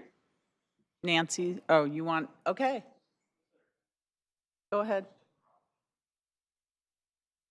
No, you can just I keep can just going. go? All right. Yeah, just keep going. Following the rules. So media, we've already had a little coverage from Santa Clara Wheatley, Santa Clara Online has also contacted us. David Louie wants to do a little story about how this grassroots group is going to bring a parade back. So it's all been positive. As far as the budget, it is quite substantial, but not out of reach. I think it's comparable to a lot of parades. Our role is to bring up 80,000. Our ask of you is if you could cover city services, that would be incredible, because this is something we want to partner with Santa Clara, like we did in the past. I mean, the Marsali Foundation and Ed Cunha did an incredible job of that, and I think we could all work. We've worked well together on the downtown project. We certainly could do that with this project as well. As far as events, I've mentioned that we are partnering with a lot of community groups who want to help us fundraise, and that's important. That's something that is unexpected but wonderful. So, and that is part of how we're going to sponsor. So it's not completely relying on a sponsorship package. The community gets to participate and help us raise money and donate some of their own time. There's a lot of in-kind donations coming our way. Things that we have in the budget as expenditures are now being covered by community groups. So it's pretty awesome how everyone's coming together. It's pretty surprising. So I think the 7 months that we have left, I think it's pretty much doable. I've worked in tech. I've done less and less time with very much more tougher deadlines. So I hope we can all come together and agree on maybe covering us for the city services. That's all I have to say. Any other questions while I'm here? Well, no, we'll just go through the group of people. All right. That's okay? Thank you. Thank you. Nancy? Oh, happy And- belated birthday, Lisa. Oh, thank you. Getting old. And then Andy Ratterman after that. And then Mary Grizzle after that. Can we turn this back on again one more time? I'd like to talk to a couple of the slides. I want to make sure I can get to the ones I want to get. Anna, if you can come here. I can't say I'm that good on AV. Anyway, since our downtown was demolished years ago, folks have talked and attempted to rebuild. I'm very aware of all those efforts. God knows I've heard them, just like many of you have, for years. But I will say this, never have those attempts progressed this far, this quickly, this well organized, and this strategically. The Parade of Champions is no different, and neither is the critical task of fundraising, because being real, I recognize the short amount of time that we have and the task ahead of us, but that's what I'd like to talk a little bit about, is the fundraising efforts. I'm actually chair of the sponsorship. I'm going to admit, curled my toes a bit until the first person I talked to took about 3 minutes to get a sponsorship out of them. And more are in the pipeline. I wish I could tell you who they were right now, but I don't want to do it until it closes. It isn't just the sponsorships. Let's see if I can get to the there we go. Sponsorship requests range from $250 to the title sponsor $20,000. Do we already have somebody interested? I'm hoping by the next council meeting I can even share who that is. Donations are will be accepted online at our website. There's already been outreach to a lot of the tech companies, sport companies, local commercial businesses, small mom and pop businesses, and the grant request, as you can see on the slide, to the city, not-for-profit community grants and business grants and the like. So I want to make that clear that even though the sponsorship requests are robust, and we've also had in-kind donations, such as the binders or the folders, that we're using when we go out to get sponsors, and the inserts in there. This was all done in kind, and we are told it will continue that way, which I'm very happy about. But there's also the fundraisers that we're engaged in. We recognize that that's quite a bit of money to raise. Oh, I promise I'll go quickly if you allow me. Aquamaids wanted to help with fundraisers with the caveat that they do it every year. Yeah, that's one we can accept. There's raffles for VIP seats. The chamber is assisting with mixers. You can see from the slide what some of those are. There's also the booths and tents that Anna talked about at various city events. And let me just come to close by saying that with the community groups that have aligned with us and that have expressed a great interest, there's a lot more to come in terms of fundraising. I'm excited about it. It may be daunting, but I absolutely believe it's possible. You've got a group of dedicated women at the center of this, in the center of what's possible. That's a good way to butter us up, okay? All the Hey, women. I mean, you All right. know, come on, we can do this. Thank you. Thank you. Andy Ratterman and then Mary Grizzle after that. So I'm Andy Rotterman. I'm a resident, and I'm also a board member for the Parade of Champions. I had written down some material, but based on a couple of conversations I've heard here, I think I'll deviate a little.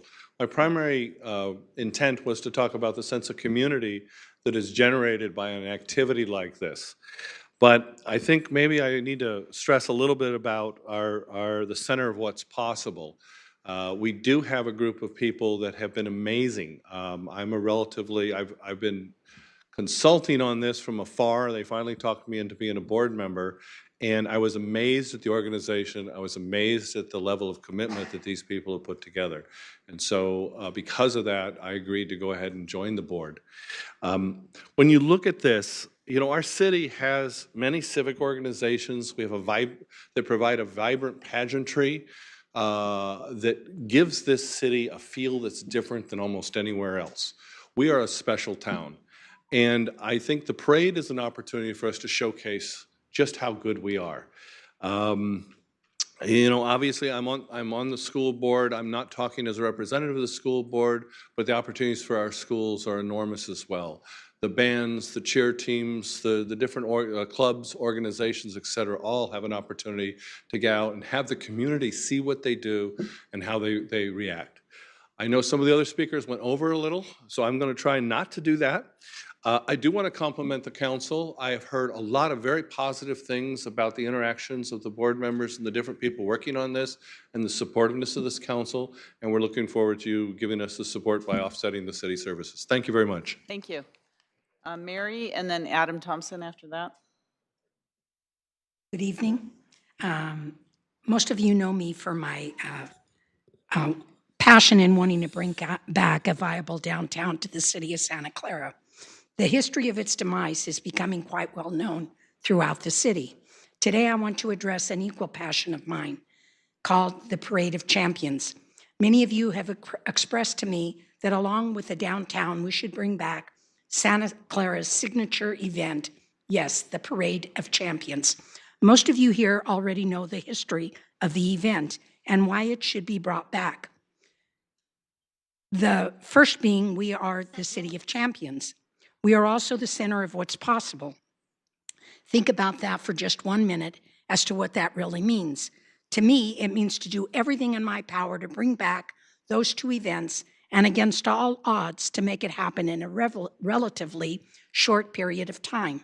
In 2 years, the future of our downtown appears to be on track, right on track, for a successful launch with shovels in the ground in 2022. I thank all of you for that. The idea to launch the Parade of Champions began last year. There was not enough time for its planning, so we opted to wait until the following year. My nature is never one of defeat. No matter what the odds, it is in my nature to give 100% in anything I do, and therefore, I want to thank the City Council for any assistance they can give us. I do want to stress that this parade has reached a point of no return.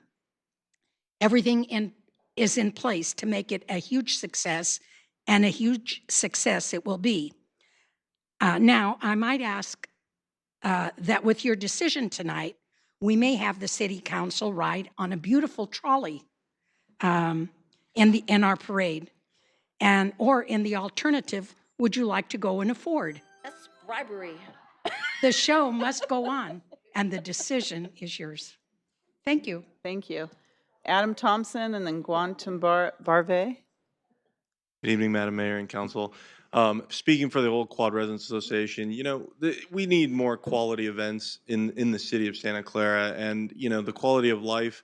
You know, the city dance that we have every year at the Jackson has been more and more attended, and I think it's a great event. I see a lot of you guys there, and I see this event as really being a benefit for not only, you know, the Old Quad, the larger part of Santa Clara, bringing everybody together and having something to do. I mean, it kind of gives you kind of an old time feel, and I think Santa Clara has kind of an old time, you know, good old town, right? I mean, we're not huge yet. I hope we never do become huge. I like going to the grocery store and going to these kinds of events. So I hope you guys can support the this and the old quad, we have a lot of volunteer effort. A couple of our board members are joining forces with the POC group to help, and the university students are also excited about it. So thank you. Thank you. Quantum, and then Patty Allman after that. Welcome. Thank you. Hi, everyone. My name is Gautam Barwe, and I'm a resident of Santa Clara. Although I'm normally not in favor of government paying for private activities, in this case, I am in full 100% support of the Parade of Champions because I believe the Parade of Champions will bring a lot of benefit to our city.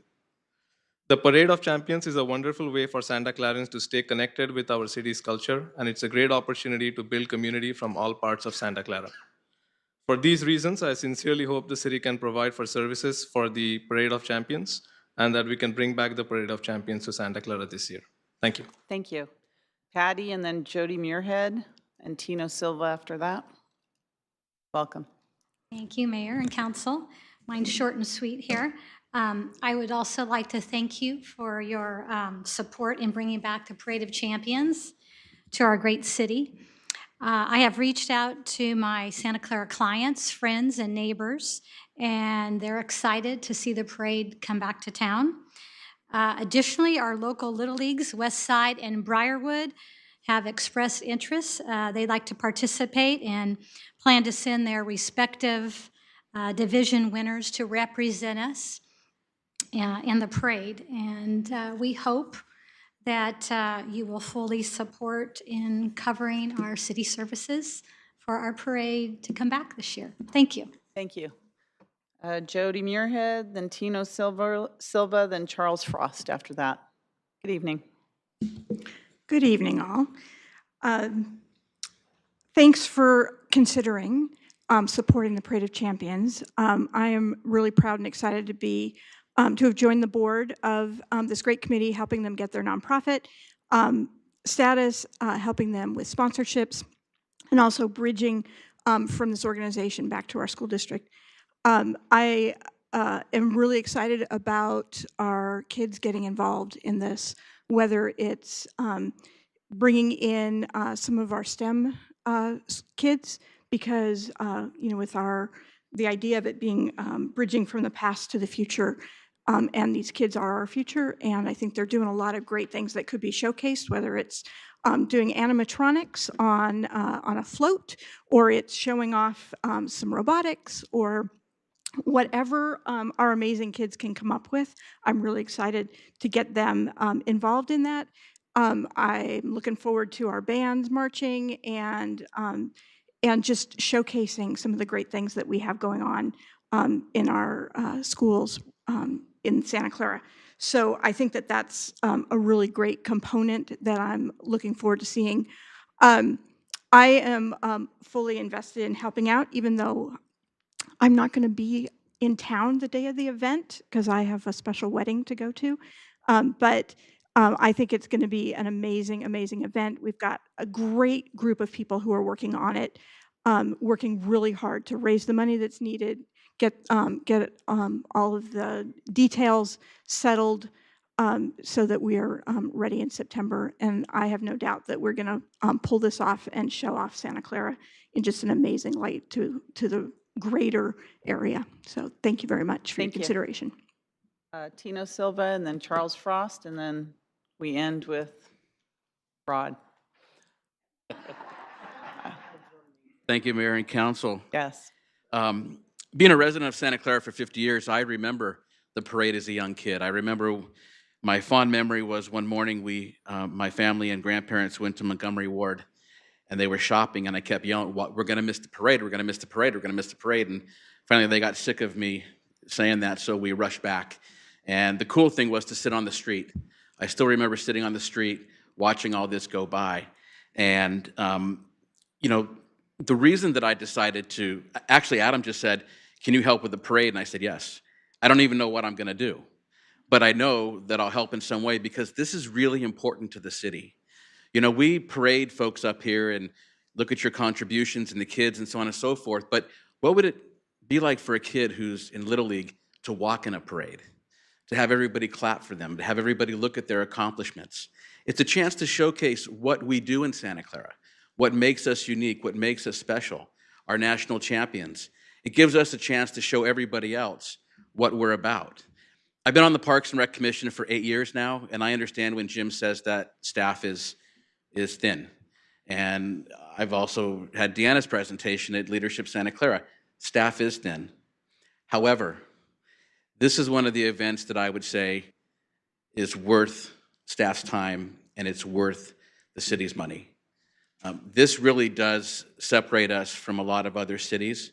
And what you're also doing is you're giving folks that have lived here for 30, 40 years, who remember Santa Clara when it was a small city, and now it's a huge city that's engulfing us.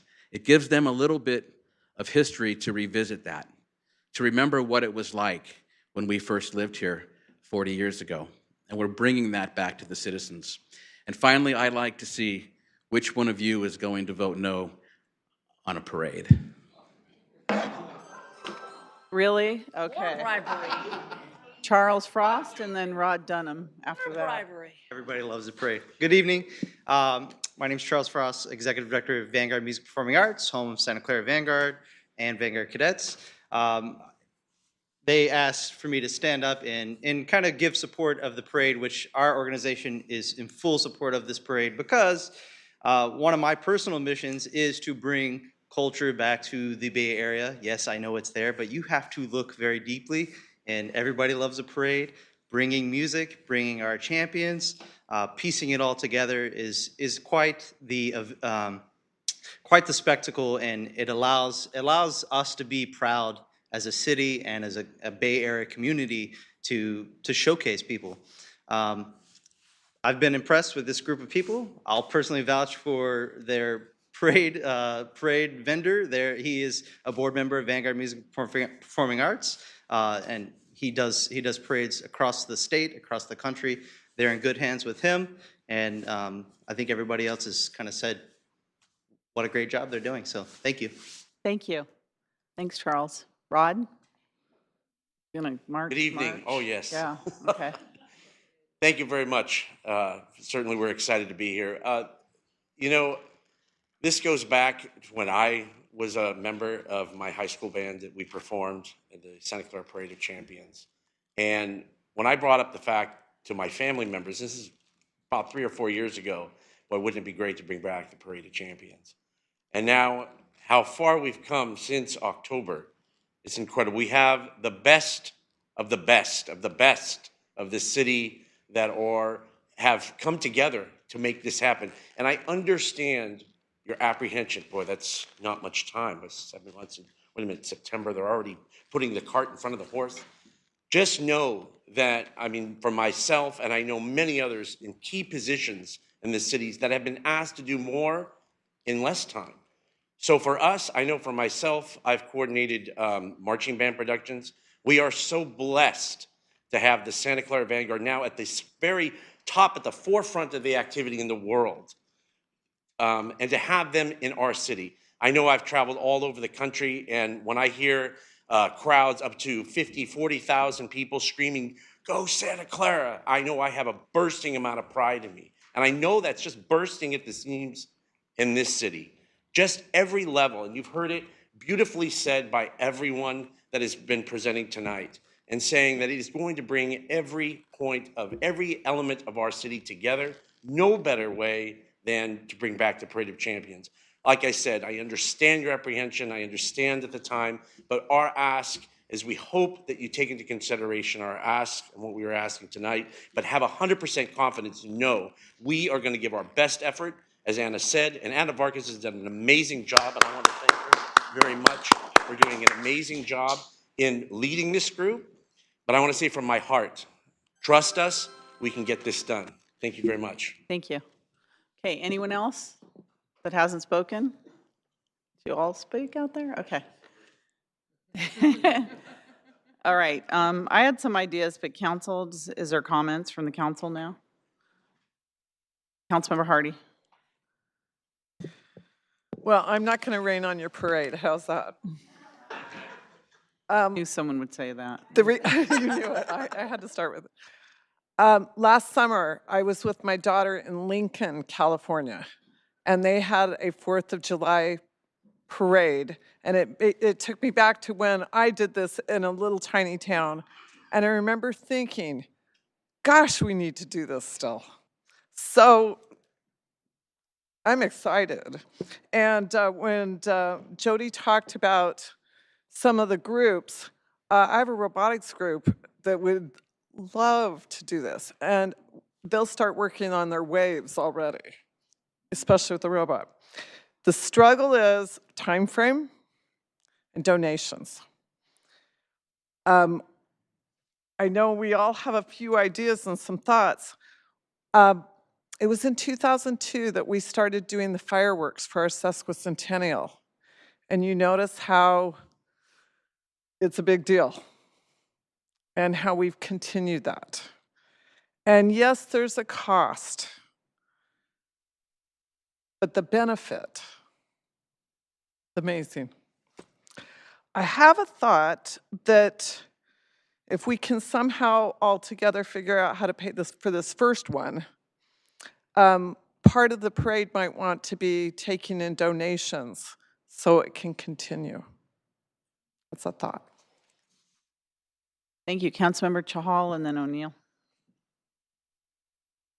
Thank you, Mayor. First of all, I commend all the volunteers who are contributing their time and energy into this thing. And I bet you this downtown revitalization group and this bringing the parade back next to Rose Parade at Pasadena, it will be a great thing for Santa Clara. And I tell you this thing, so long everybody was talking about bringing downtown back. This group energized that thing, and you are responsible for bringing that back. And your name will be in some case study in some civic books, in MBA books, management books, that they did a grassroots committed involvement and they brought these things back. So I commend you for that. Yes, it is such a good cultural and festive occasion to bring that back. I'm only 23 years resident of Santa Clara. I've not seen the parade, but I would love to see the parade, as you mentioned, and it will add a lot of enthusiasm in the city of Santa Clara. And I would request, like with the revised way we are calculating this cost of the city, I think we should revise our community grant budget, because that revision will solve our problem. Because going back few years, we were not calculating the city cost the way we are calculating today. So that can be one solution, like we need to revise our community grant budget to a higher level so that we can facilitate such events going forward in a much easier fashion. And just like you all, I'm looking forward to that. Thank you. Councilmember O'Neill. Thank you. So I have a number of questions. Having served on a number of nonprofit boards and having to have had to close down a couple of nonprofits and having had to shut down a gala fundraising event when it became clear, after that had been going on for some years, when it became clear that it was just not going to be economically viable to do so. So I know that oftentimes it's more difficult to get that money than you think, and the amount of time and effort that goes into it. And so I know it can be very difficult and painful to make a decision where you're changing direction. So one of the things that when I think about parades, and I remember the Parade of Champions and all that, I'm old enough to remember that.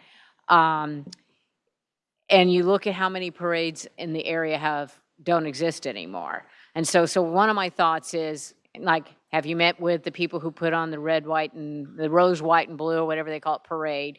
Have you talked to the people who put on the Veterans Parade? Because if we do, you're talking about this wipes out, and more than wipes out, the entire rest of the budget that we have for all the rest of the events. So I had that question. I had the question, have you really talked to the businesses along Lafayette? Because I'm part of the group that puts on the Firehouse Run, and we close down streets for 2 hours on a Sunday morning. And there's a lot of, repercussions every year. So, it's quite another thing to close down for closer to 9 hours a major street such as Lafayette. What all exactly is the parade promoter doing? Is there a way to raise additional funds, or can some of these things be done by non-city personnel, like the day of event things? Because as was pointed out in the staff report, this will be shortly after we have the Art and Wine Festival, which is the biggest event that the city does all year. And I think that, that's a huge drain on resources. So that's one of my questions.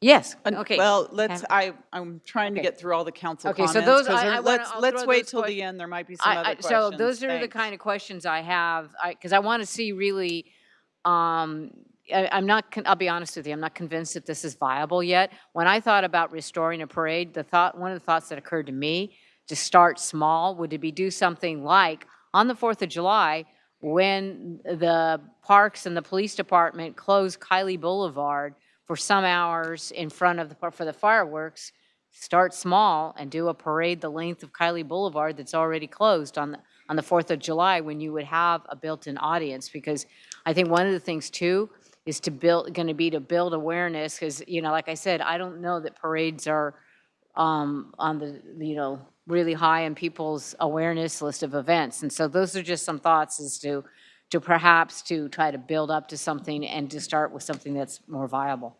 Councilmember Watanabe and then Davis. Thank you, Mayor. So yeah, I have a lot of thoughts and questions as well. Just looking at the budget, I'm just wondering how realistic some of these costs are. If some of them may be just too much, or maybe or not enough. I have a question about the helium balloon rental. I don't know what kind of balloons these are that we're talking about. Are they the typical balloons that kids get, or are we talking about Macy's balloons? I'm not sure. So, because that seems to be quite a cost. So I'm just wondering how realistic some of these costs are, and if they can be reduced somehow. I mean, there's a cost for, I think there was travel and accommodations for the balloon staff. So that's why I wonder, where are these balloons coming from? Are they coming from Macy's in New York City? So, but maybe somebody can answer that question later on. No, I totally understand. I have not had the privilege of seeing one of these parades, but I totally understand, the significance of it. Our city does have a lot to crow about, and we should be showcasing, our school teams and our PAL teams, and just so many different groups that have made significant contributions to our city. And also the history, elaborating on the history. We've got the Portuguese community started a lot here in Santa Clara, but Santa Clara has changed a lot. So that's where, promoting the culture and how the city has changed over the years and the diversity. It's a wonderful opportunity to promote that as well.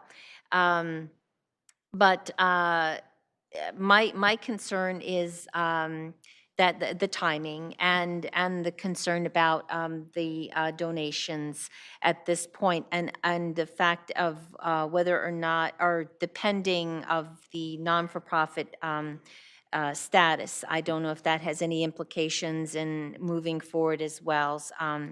But what I would just say in that, preparing for this, use the opportunity of the Art and Wine Festival. Could be a great way to promote and raise money, and bring in some revenue through that event. And also, I was thinking about Christmas in the Park. Christmas in the Park was, I've been to that, and my family's been to that, and I know how wonderful it is. And when a couple of years ago there was a concern that they weren't going, it was just not viably sustainable. And so when people found out, people just donated a lot of money to keep it in operation, because it was a great tradition. And I see this as, bringing back a great tradition to Santa Clara. But based on the cost, the donations, and the effect that it's going to have on impact to city staff. We hear it all the time ourselves. We've been told, don't hold off, on certain things because of, staff time. And we're respectful of that. And that's hard because, there are things that we want to do too. But at the same time, we have to be respectful of our staff and their time. And so, if there's any way that that this could be, I don't want to say postponed, but just continue to a more viable time that everybody can be engaged. Everybody, the staff, the council, just everybody, all the organizations, and not have to be worrying about what's coming up in a couple of months, or, we're just 2 months shy of here, and the impact to, to city services. So those are my concerns. But don't hear me wrong. I think this is absolutely wonderful, and I want to see it happen too. But I think we just have to be more practical about in the approach. So thank you. Councilmember Davis. Thank you. So now that I'm last, Anna. Not last. Oh. I'm last. Boo. Boo. Okay. My concerns, Anna, with 7 months left and the $80,000 that you expect in expenditures, how close are you to that number? In commitments, I know you can't tell me anything, but I need to know that, because I think that you're going to really, it kind of hinges on your 501c3.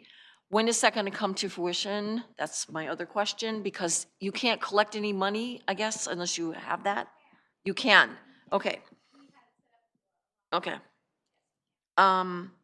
So the sponsorship money is like the big thing. If you're close to that 80,000, which I think you need to have a whole lot more, because when I saw this little porta potty restrooms, I can guarantee you that's a $5,000 bill. For 5,000 people, that's a low number. And I can just tell you that from doing the street dance.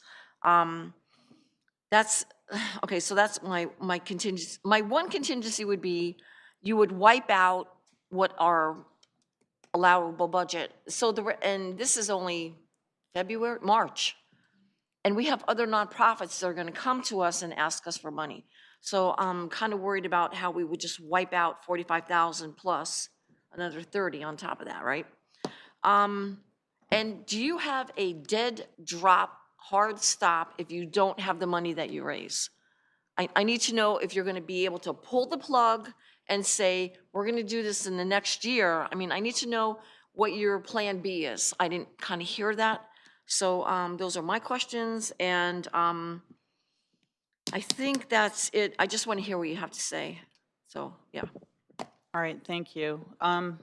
So I've probably ridden in about a dozen Parade of Champions as the daughter of a council member and mayor. And actually, when I was first elected on my first term on the city council, we still had the Parade of Champions in the early 1990s, although interest in the community was waning by that time. But a lot of the volunteers were older, and it was such a labor-intensive and expensive parade, but it was always something that I have very fond memories of.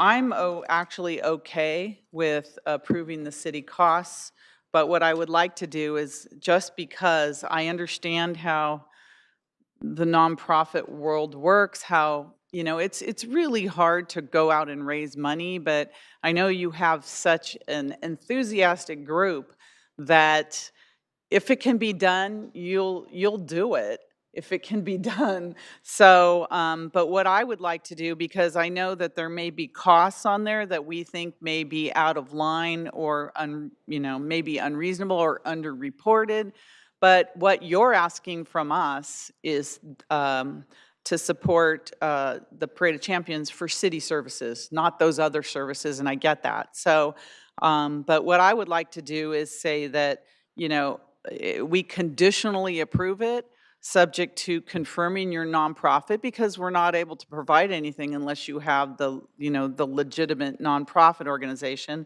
that we, cap our participation to the 71,000, whatever it is, but that we set a deadline for your group to show us proof of your sponsorships, because the city doesn't want to expend the time, the money, and the manpower that we frankly don't have. This is really going to stretch us. If you've been to our goal-setting sessions in the last, you would have heard probably 1,002 times that we are stretched. We don't have the capacity. So if it's not going to happen for this year, and it's going to happen, next year, we would need to know sooner rather than later. So I would like to see, a milestone date like June 15th, which is 90 days from now, to have some kind of, show a proof of support for the Parade of Champions, because I'm of the opinion, if you don't have it by the middle of June for a September parade, there's going to be issues, and that the city, we really don't expend a lot of money until we see proof that you have the 80,000+ that you're going to need for the event. So that's what I would suggest to the council, that we, confirm the nonprofit, approve the cap of the 71,000, subject to the milestone of proof of support by June 15th.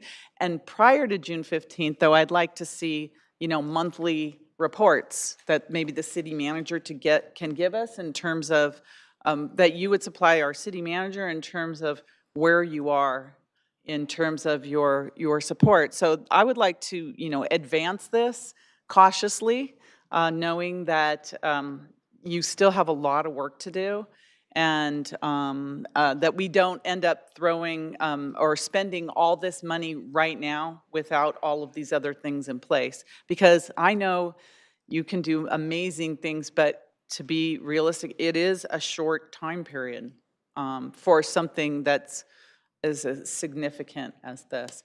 And in terms of the participation, getting the schools and get everyone involved, that's how you're going to get the attendance, at the parade. Because I remember, year after year, as more other entertainment opportunities happen for children and young adults with the computers, there's so much more to do now than there was when I was a kid. We didn't have much, so the parade was, a big deal. So, and then we can assess the type of interest in this in terms of, going forward. So that's what I would recommend to the council. And I don't know have how one you more for Anna. feel about, if anybody feels about that. I'm with you on that Councilmember one. Davis. Yeah.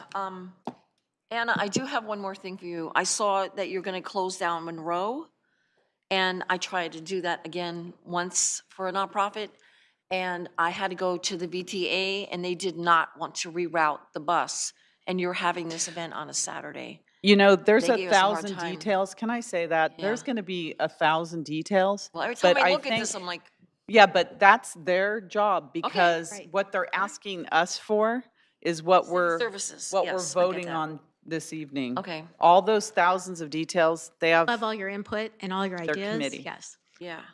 This is a community, I think there's a few questions I wanted to address. Thank you, Andy, for writing them down.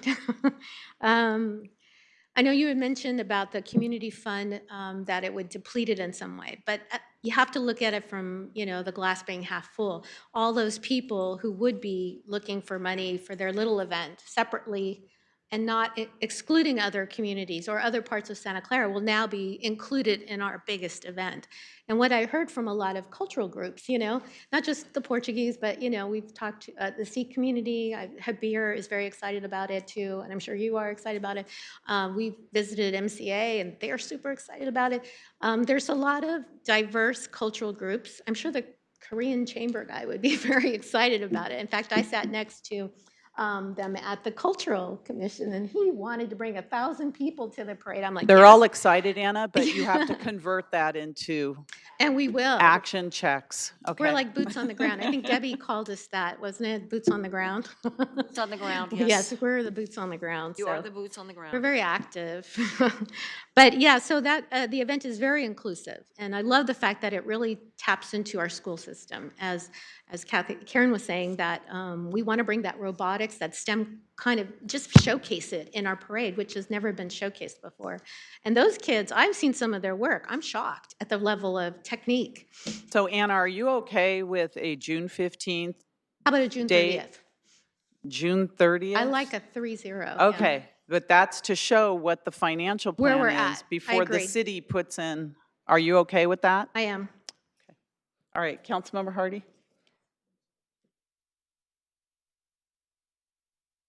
I'm going to turn it. It sounds like Debbie's was going to make a motion. I will do that, but. Either I or, think, yeah, someone I think, do. Okay, Someone so Because I think you're ready, and I will, if If I feel you're- comfortable, I'll second it. if you're agreeable, Anna. For June Could I 30th. just chime in? So Okay, I'm let's the looking at city the, manager chime in. I'm looking at the council meeting schedule because if there is a trigger date for a deadline to demonstrate fundraising, the action in front of you tonight does not have a budget action to actually fund this, which means we need to come back at a certain time and appropriate the funds. And because of the large amount and the impact to the community grant, I think this should just be a one-time funding from the discretionary fund rather than gut out the community grant fund program. And the second thing is as you mentioned, having regular reports on fundraising activity, I think it would be better if we look at the June timeframe, because then I can report out and bring back the action at the end of the fiscal year, as you look at your budget action, on June 25th, if there's a demonstrated amount of significant fundraising. The one issue is on July 2nd, Mayor, you and I will be out of town and not here at the meeting on business travel. And so I just wanted to put that on everyone's radar in terms of availability and alignment to the budget process. So you're talking about June 25th. looking at June 25th? June 25th is the meeting after you've approved the budget and allows for us to make the appropriate appropriations. It may even be the last day for you to approve the budget if it's delayed or deferred on. So on we'd certain need it particular probably items. prior to the June 25th then? Yeah, the so I was information. thinking I would provide a verbal report out on June 4th based on tracking and commitments that they're looking at, and then bring back the appropriate documents to fund at the $71,000 level on June 25th. It's your last meeting of the fiscal year. It aligns to the budget. I'm good with Okay. that. Anna, Yeah. can you handle that because of our time? No, that's, yeah, sorry. just make the motion. I'll make a motion. Thank you. All right. So, on June, what? 4th? So June 24th? 4th, I would report out June the 4th. sponsorships to date. Okay. And then we will talk about any other additional commitments to close out before June 25th, so that there's a little bit more time. But we will prepare the budget actions, if everything's trending okay, for the June 25th council agenda. Okay, so the motion is to have them with requirements by June 4th to take council action on June 25th. To ask the maker of the motion that we put a couple things in there. One, that we confirm the nonprofit status, Okay. because we have to. The second thing, to approve a cap of the 71,000, maximum 71,000, whatever we determine the city services would cost. And then to set up the milestone date of June 25th for appropriation of the funds after proof of sponsorship for the remainder of the funds for the parade. Do you have that now? Okay, so the motion will be to make sure that the nonprofit status is in compliance, that the cap of $71,028 will, for the city, to provide the city staff expenditures, and that we will approve the appropriation of the dollars to the Parade of Champions on June 25th. Subject to proof Subject of to support. approval, yeah, right. The additional Did you funds. get that? She had it. Thank you. Yes. All right, that's a motion. Is there a second? Second. Motion second. Any other discussion on that? Was Anna going to answer any of those other questions? There's so many questions that are detail kinda like oriented. in I'm the happy to weeds. answer questions, but, I think she can come back with the answers. yeah. You want me to do that?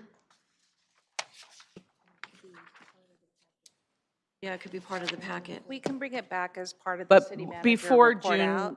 Before Right. June Over 25th. as you've directed to come back Oh, with good frequent question. updates, we can sit down and One more question. Jody, information report together. No, can we want to Yeah, we have to do finish this? this. Thanks. Yeah. All right. Is that all right, Councilmember O'Neill? I missed that last part. I wanted to hear a little bit more about all the questions that we had, that if they're going to provide that update. that's fine. 'Cause I think those If are, we there are could a lot of have key the items. updates sooner rather than later in the next 30 days from all the questions that we asked up here. Okay. I know they're very detail oriented, but we'd appreciate them. Sure. 30 Okay. days. You got it. Thanks. Just watch the video. Capture. Motion and a second. All We have a right. motion and a second. Please register your vote. And that passes unanimously. Nobody voted against a parade. Yeah. I think you all should get to work tonight. We're Thanks. getting to work, yeah. Thank you very much. No, thank you for coming. I know, I got No, it, you weren't. thank you. But yeah, okay. It is going to be a lot of work. All right, next we have reports of members of special committees. Oh, I have one. Sorry. I have one. Sorry. Councilmember Davis? For all you tequila drinkers out there, the Triton Museum is having a tequila tasting party on Friday, March 22nd from 6 to 9 p.m. Please support your local arts. Thank you. And you can go online to order your ticket. Thank My you. big announcement. Councilmember O'Neill and then Watanabe. Okay, I just wanted to report on that last week. I represented us along with Kevin Kalmowski, who is our Chief Operating Officer for Silicon Valley Power, at the American Public Power Association's Winter Legislative Rally. And there were a number of folks who also were there from the Northern California Power Excuse Agency. me, do you mind taking it out there? Thank you very much, sorry. Go ahead, Councilmember O'Neill. So just to kind of give a quick overview, one of the things I did go to a workshop on governance, particularly of utilities. And so I've been going to a lot of these governance kinds of things, and they actually, the instructor who is a former utility director and does a lot of consulting, presented some interesting information that, we at another time can dive more deeply into, but it was always interesting to talk to people from around the country and what they're doing at their utilities. And we also spent a lot of time talking about a lot of issues surrounding wildfires and the implications of that, and as well as the FCC wanting to be able to overrule the local entities such as the city of Santa Clara to be able to control what goes onto our power poles, which is actually has proven to be a little bit of an issue in some wildfire areas where the poles get overloaded. And we did make a number of legislative visits to our senators' staff and Rokana's office. And we were also able to meet with some the regulatory folks to see what's on their horizon. And everybody is extremely interested in, like I said, the wildfire issue is like first and foremost in everybody's mind. I think the feds are finally kind of getting it, and some of the implications there are the difficulties that we've had even doing forest management, and even, the impact that it has directly on Silicon Valley Power, because we currently have an hydroelectric plant that is not operating because we can't get the electric power down through the PG&E transmission system. So, and this would be, we'd love to see that plant operating soon, because this is going to be a wonderful hydro year. So it was a very valuable a trip, and with a variety of other issues that we'll continue to look at, like how can we continue to improve the carbon-free nature of our electricity. And I also wanted to mention that I went to, and I'm not sure if Member Shahal and Watt and I were able to go to the Regional Economic Forum that the Silicon Valley Leadership Group sponsored last Friday, and they had some different panels on a lot of education issues and some of the opportunity gaps. And then, of course, every forum these days has a lot on housing and transportation. And it was extremely interesting to, and particularly with Councilmember Davis's favorite topic of the CASA Compact. And Senator Scott Wiener was one of the people that came to talk about, what might be happening. But one of the things that I thought was very illuminating, where there was all this, very, very positive energy in the room, and everything's wonderful. And they were doing polling, and they were talking about all these additional taxes that they wanted to pass to try to pay for some of these programs. And they were all like passing by very high margins. And then they got to a question on, do you feel like the quality of life, has your quality of life in the Bay Area improved, stayed the same, or gotten worse in the last 5 years? And so this is a group of like developers and people from high-tech companies and elected officials and people from the nonprofit world who, like I said, are, kind of rah-rah about things. 82% of the people in the room voted that their quality of life had declined in the last 5 years. So I think that that was probably the most telling thing that happened. So I think we have a lot to do to try to restore some of that quality of life for people, and to have particularly the younger people feel like that they want to stay here.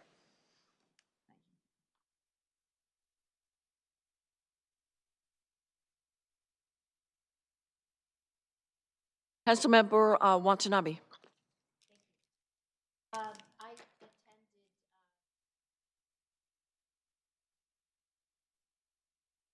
Usually attend in San Carlos, and it was basically just a repeat of the study session that we had here just a couple of weeks ago at our last council meeting.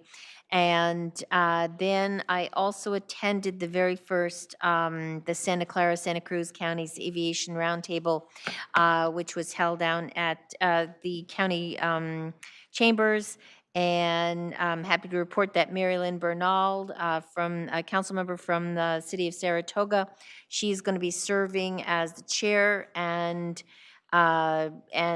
what's nice about that is that she served on the select committee for the SFO roundtable, so she brings a lot of expertise to that, as well as the when we had the South Flow ad hoc committee, which I also served on.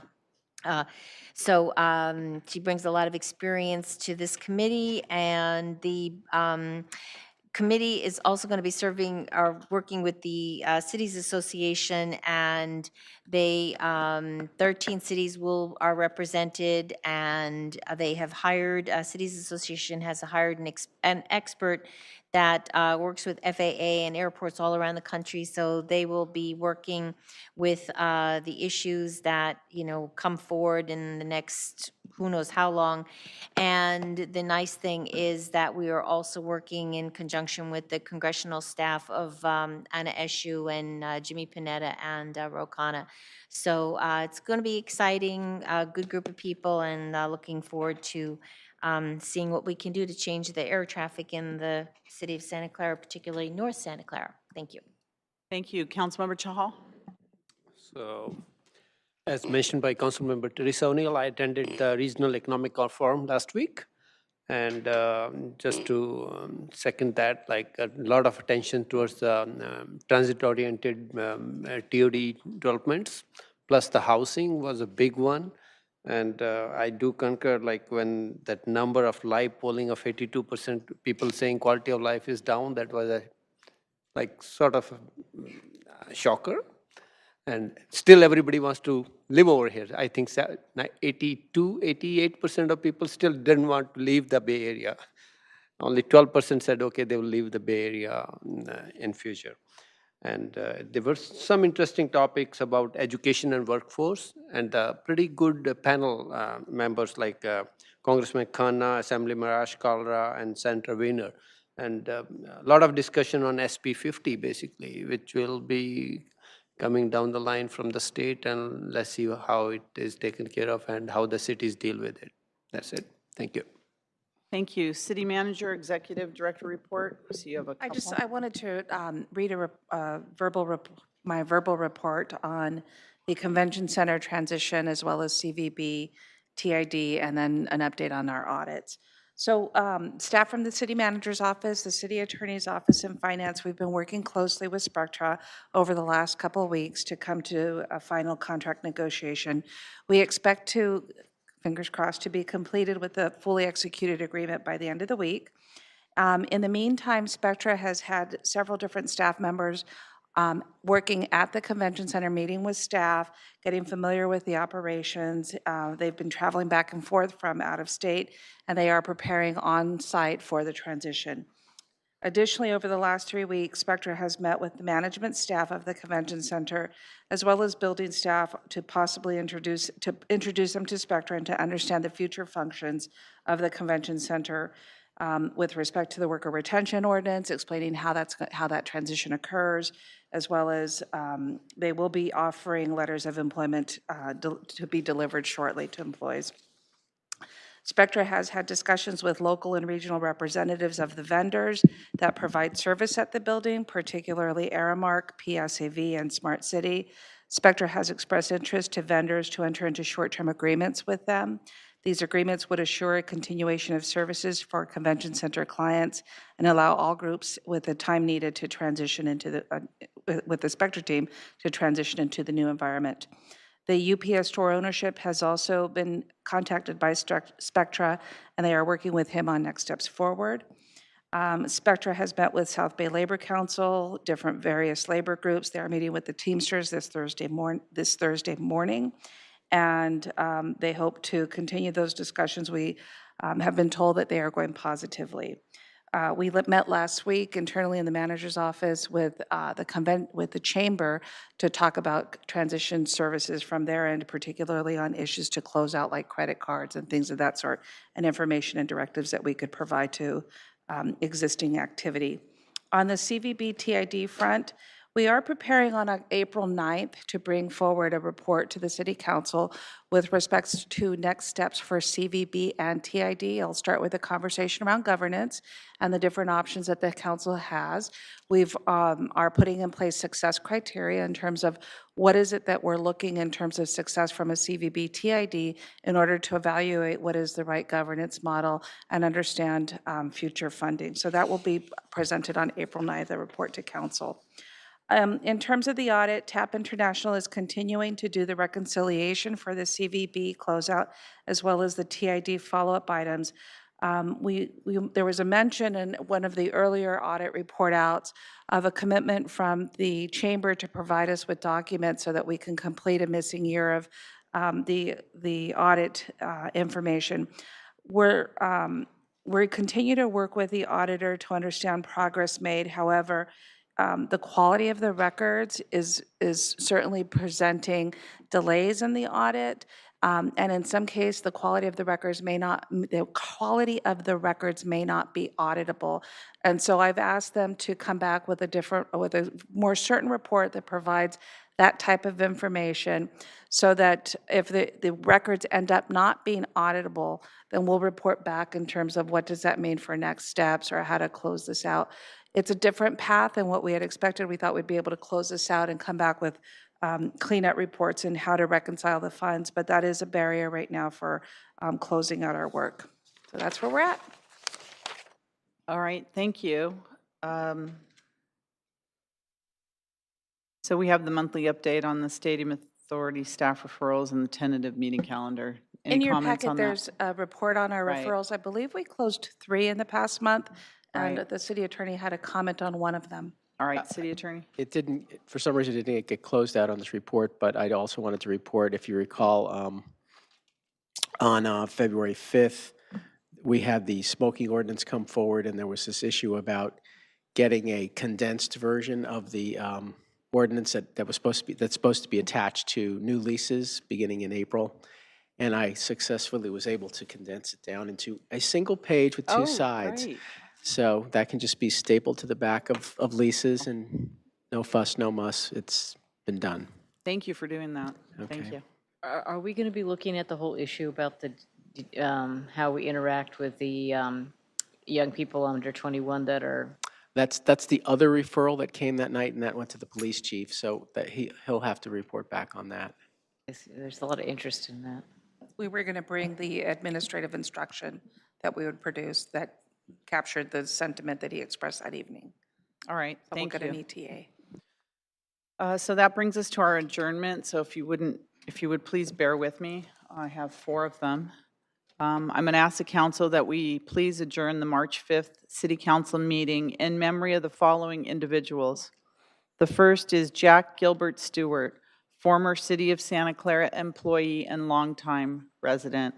Jack was born on September 23, 1925 in San Jose, California. Jack served in the Coast Guard during World War II. After the war, he attended San Jose Tech and later found work at Coast Counties Electric, PG&E, and finally in 1950 at the City of Santa Clara Electric Department, where he worked for 37 years. He was a lineman, a line crew foreman, a field foreman, and the liaison for the city with third-party contractors. Jack was a leader for the Boy Scouts, Girl Scouts, and 4-H. He was also active in the senior hiking group and the Sizzling Seniors. Jack passed away on January 23, 2019 in Santa Clara with his family at his side. Jack was preceded in death by his wife of 67 years, Marion Stewart.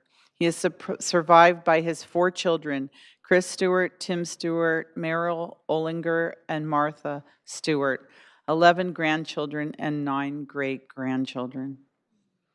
Also ask that we adjourn in memory of Mary Stella Vera, longtime Santa Clara resident. And she would have been here tonight for the Parade of Champions had she lived. Mary was born on September 7th, 1941 in Portugal. Mary and her family immigrated to the United States from Madeira, Portugal. Mary attended Santa Clara High School and worked as a floor lady at a local cannery.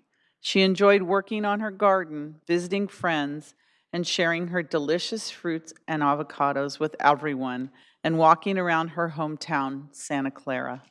Mary passed away on February 10th, 2019. Mary is survived by her 3 children, Mary Jane Angel, Roy John Vera, and Elizabeth Marie Silvera, 7 grandchildren and 10 great-grandchildren. And she was the nicest lady. We will all miss her. Also, I ask that we adjourn in memory of Clyde Robert LeBaron, Santa Clara University alumnus and soon-to-be Hall of Fame inductee. Clyde was born in June 1951. Clyde was a native of the Bay Area, attending St. William's Grammar School in Los Altos, Bellarmine College Preparatory High School in San Jose, and Santa Clara University for both his undergraduate and MBA degrees. An avid athlete and lover of all sports, Clyde is inducted to the Hall of Fame at both Bellarmine for tennis, class of 1969, and soon to be inductee at Santa Clara for football, class of 1973. Clyde truly enjoyed his academic and athletic life as a Bronco and always supported the university in whatever way he could. Clyde also met the love of his life, Ivana Artukovich, during his sophomore year, and they have been together ever since.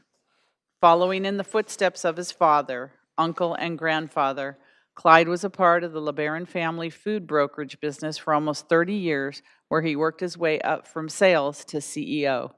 In addition to his many professional milestones and accolades, Clyde was awarded the Distinguished Citizen Award from the Boys and Girl Scouts of the America Mount Diablo Council, as well as the Northern California Food Brokers Charles Emery Good Citizenship Award, which was presented for his lifetime achievements in the food industry.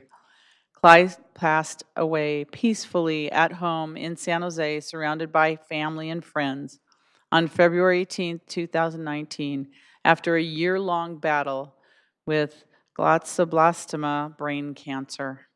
Clyde is survived by his wife of 39 years, Ivana, his children, Danielle, Adriana, and Francesca, 3 grandchildren, and 9 siblings. And many of us know his brother, Dave LeBaron. So condolences to their family. Also, finally, Doris Driggs, longtime Santa Clara resident. Doris was born on August 22nd, 1930 in San Jose, California. She attended San Jose High School and San Jose State University. Doris moved to Santa Clara, California in 1950, where she raised her 7 children. Many of us had seen her during her long career at Mervyn's in Santa Clara. Doris loved Santa Clara and attended every art and wine festival and July 4th celebration all-city picnic until she moved to Epworth, Georgia in 2016. She was, when I would open my wine booth, she was the first one to come buy her wine glass and tokens. I'll really miss her. Doris loved Santa Clara and enjoyed bird watching, antique shopping, wine tasting, meeting new people, visiting casinos, collecting antique dolls, and her dogs. Doris passed away on February 27, 2019. Doris is survived by her children, Jolie, Jill, Jackie, Jeff, 13 grandchildren, and 8 great-grandchildren. And many of us know Jeff Driggs, who worked in our Parks and Recreation Department, was a staple here for decades. And Jill still lives in Santa Clara. So condolences to their families. So I'd ask that we adjourn in all of their memories. Is there a motion? Motion to adjourn. Motion and a second to adjourn. Please register your vote. That passes unanimously. Meeting's adjourned. Thank you.